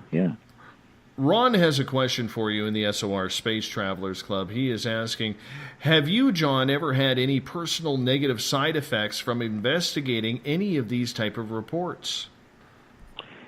The only thing I've had, I remember one place that I investigated in Florida where I had some physical reactions to the house itself as I went in. Now, I'm a basically pretty healthy guy. I mean, I'm getting on, getting some arthritis and those kind of, but basically I'm a healthy guy. I don't have any, medical conditions that require any kind of, I don't know, whatever. But I remember going to this house and climbing up the stairs to the second floor. And when I got up there to the top of that stair, feeling really dizzy, like a lot of vertigo, like the room was starting to spin around. And I grabbed a hold of the banister, and the person I was with, who actually was kind of like the superintendent, this was a county historical society, said, "You okay?" I said, "Yeah." I said, "Boy, I really feel dizzy though. That's weird." And I said, "Man, I got a headache too." And she kind of smiled a little bit, and she pointed up at the ceiling. She didn't say anything, just pointed up. I looked up. I said, "What is that?" And it was like this trap door over my head, right on the ceiling. Well, okay, so the place I was investigating it's called the May Springer House in Brooksville, Florida. And this place at one time was the home of a doctor. It was back in the 19th century. So, we saw patients in his home like all the doctors did in those days. Well, it turns out that when he had patients who were contagious, and, there was a lot of stuff that people were contagious with in those days, he would take care of them, but he would isolate them. And where he'd isolate them was up in this kind of like an attic that he had. So that trap door opened up into that attic, and that's where he would put these patients. And over, several of them would die over, whatever epidemic it was or whatever. And so the bodies would be, lowered down through that trap door and then, out. And so she explained that to me, and she said, you'd be amazed at how many people, when they get here under the spot, feel sick like that. And she said at one point that a medium had come to the house and got sick there too. And she knew what it was, though. She said, "Oh, I can sense, spirits here or whatever." So that's one episode that I remember. But basically, no, I really haven't had too much more. But that was very surprising to me because, I don't get dizzy. I don't have those kinds of effects. I can walk up a flight of stairs without getting dizzy or, breathing hard. I can do that. So this was just very, very unique for me, and it seemed to be in a location where other people, including a medium, had that effect. So it was pretty cool. We only got about 4.5 minutes left with you tonight, John. Thank you so much for doing this with us and going the distance. Our resident numerologist, Paisley, has a question for you. She is asking, John, have you ever been scratched or had physical contact with anything paranormal before? No. I've been on investigations where other people have had that experience, but not me. So, I've been lucky in that regard, I guess. I've only ever been touched by a spirit once. And up in my local museum here, I do a monthly paranormal tour to raise money for it because it is nonprofit. And I was actually going through one of the old horse barns that they have there. And there's a gentleman there, we believe he's an old, wily World War I veteran who was killed. And he kind of patrols his barn. And one day we're just walking through, and I actually felt a tap on my wrist. It's the one and only time, but he's been known to do that, and he loves getting photographed as well. Because some spirits, believe it or not, I tend to believe this, they actually like the attention. Have you noticed that? Well, yeah, it's funny because I remember researching up in Chicago for my book Ghost Hunting Illinois, and I went to this bar. Long story short is that it was owned by an Englishman who was an RAF pilot, and he passed away, and his son, took over the bar and everything else. And they took a picture one night at the bar, and it was, his son was probably in his 40s or whatever, and a bunch of other people and some women, and they were all just, sort of standing there, big smile on their face and holding mugs of beer and all this kind of stuff. And in the background, in the back row, is his father, who, was already long gone, deceased. It was a big smile on his face. It was like, he popped into the picture when they took it. So that was a pretty amazing photo. But yeah, I think sometimes that happens. It's like, hey, you know what? I'm still here. Don't forget me. Well, that's really an awesome story. What is the weirdest thing that has happened to you as we wind this down? The weirdest thing. Well, I think, again, it was probably the May Springer House in Brooksville that I just got finished talking about. This was the place where, after all night long, nothing happening, we decided to close up the investigation. It was about 4 a.m. in the morning. And as we're walking out the back, we had everything locked up, and we had to go through the kitchen. And this was now the County Historical Museum, so it was loaded with all antique furniture and everything. And we went past the wood-burning stove. Now, you're up in British Columbia, so you might know about wood-burning stoves, maybe. But I have one in my house, yes. Okay, there you go. So now I know, you probably have a newer one, but this old model, at least, on the top of it had a big metal disc, probably 18 inches in diameter or something, and it had an eye bolt attached to it, and then this iron handle, like a long handle, was probably about 1 foot long, and it had some weight to it. It was heavy.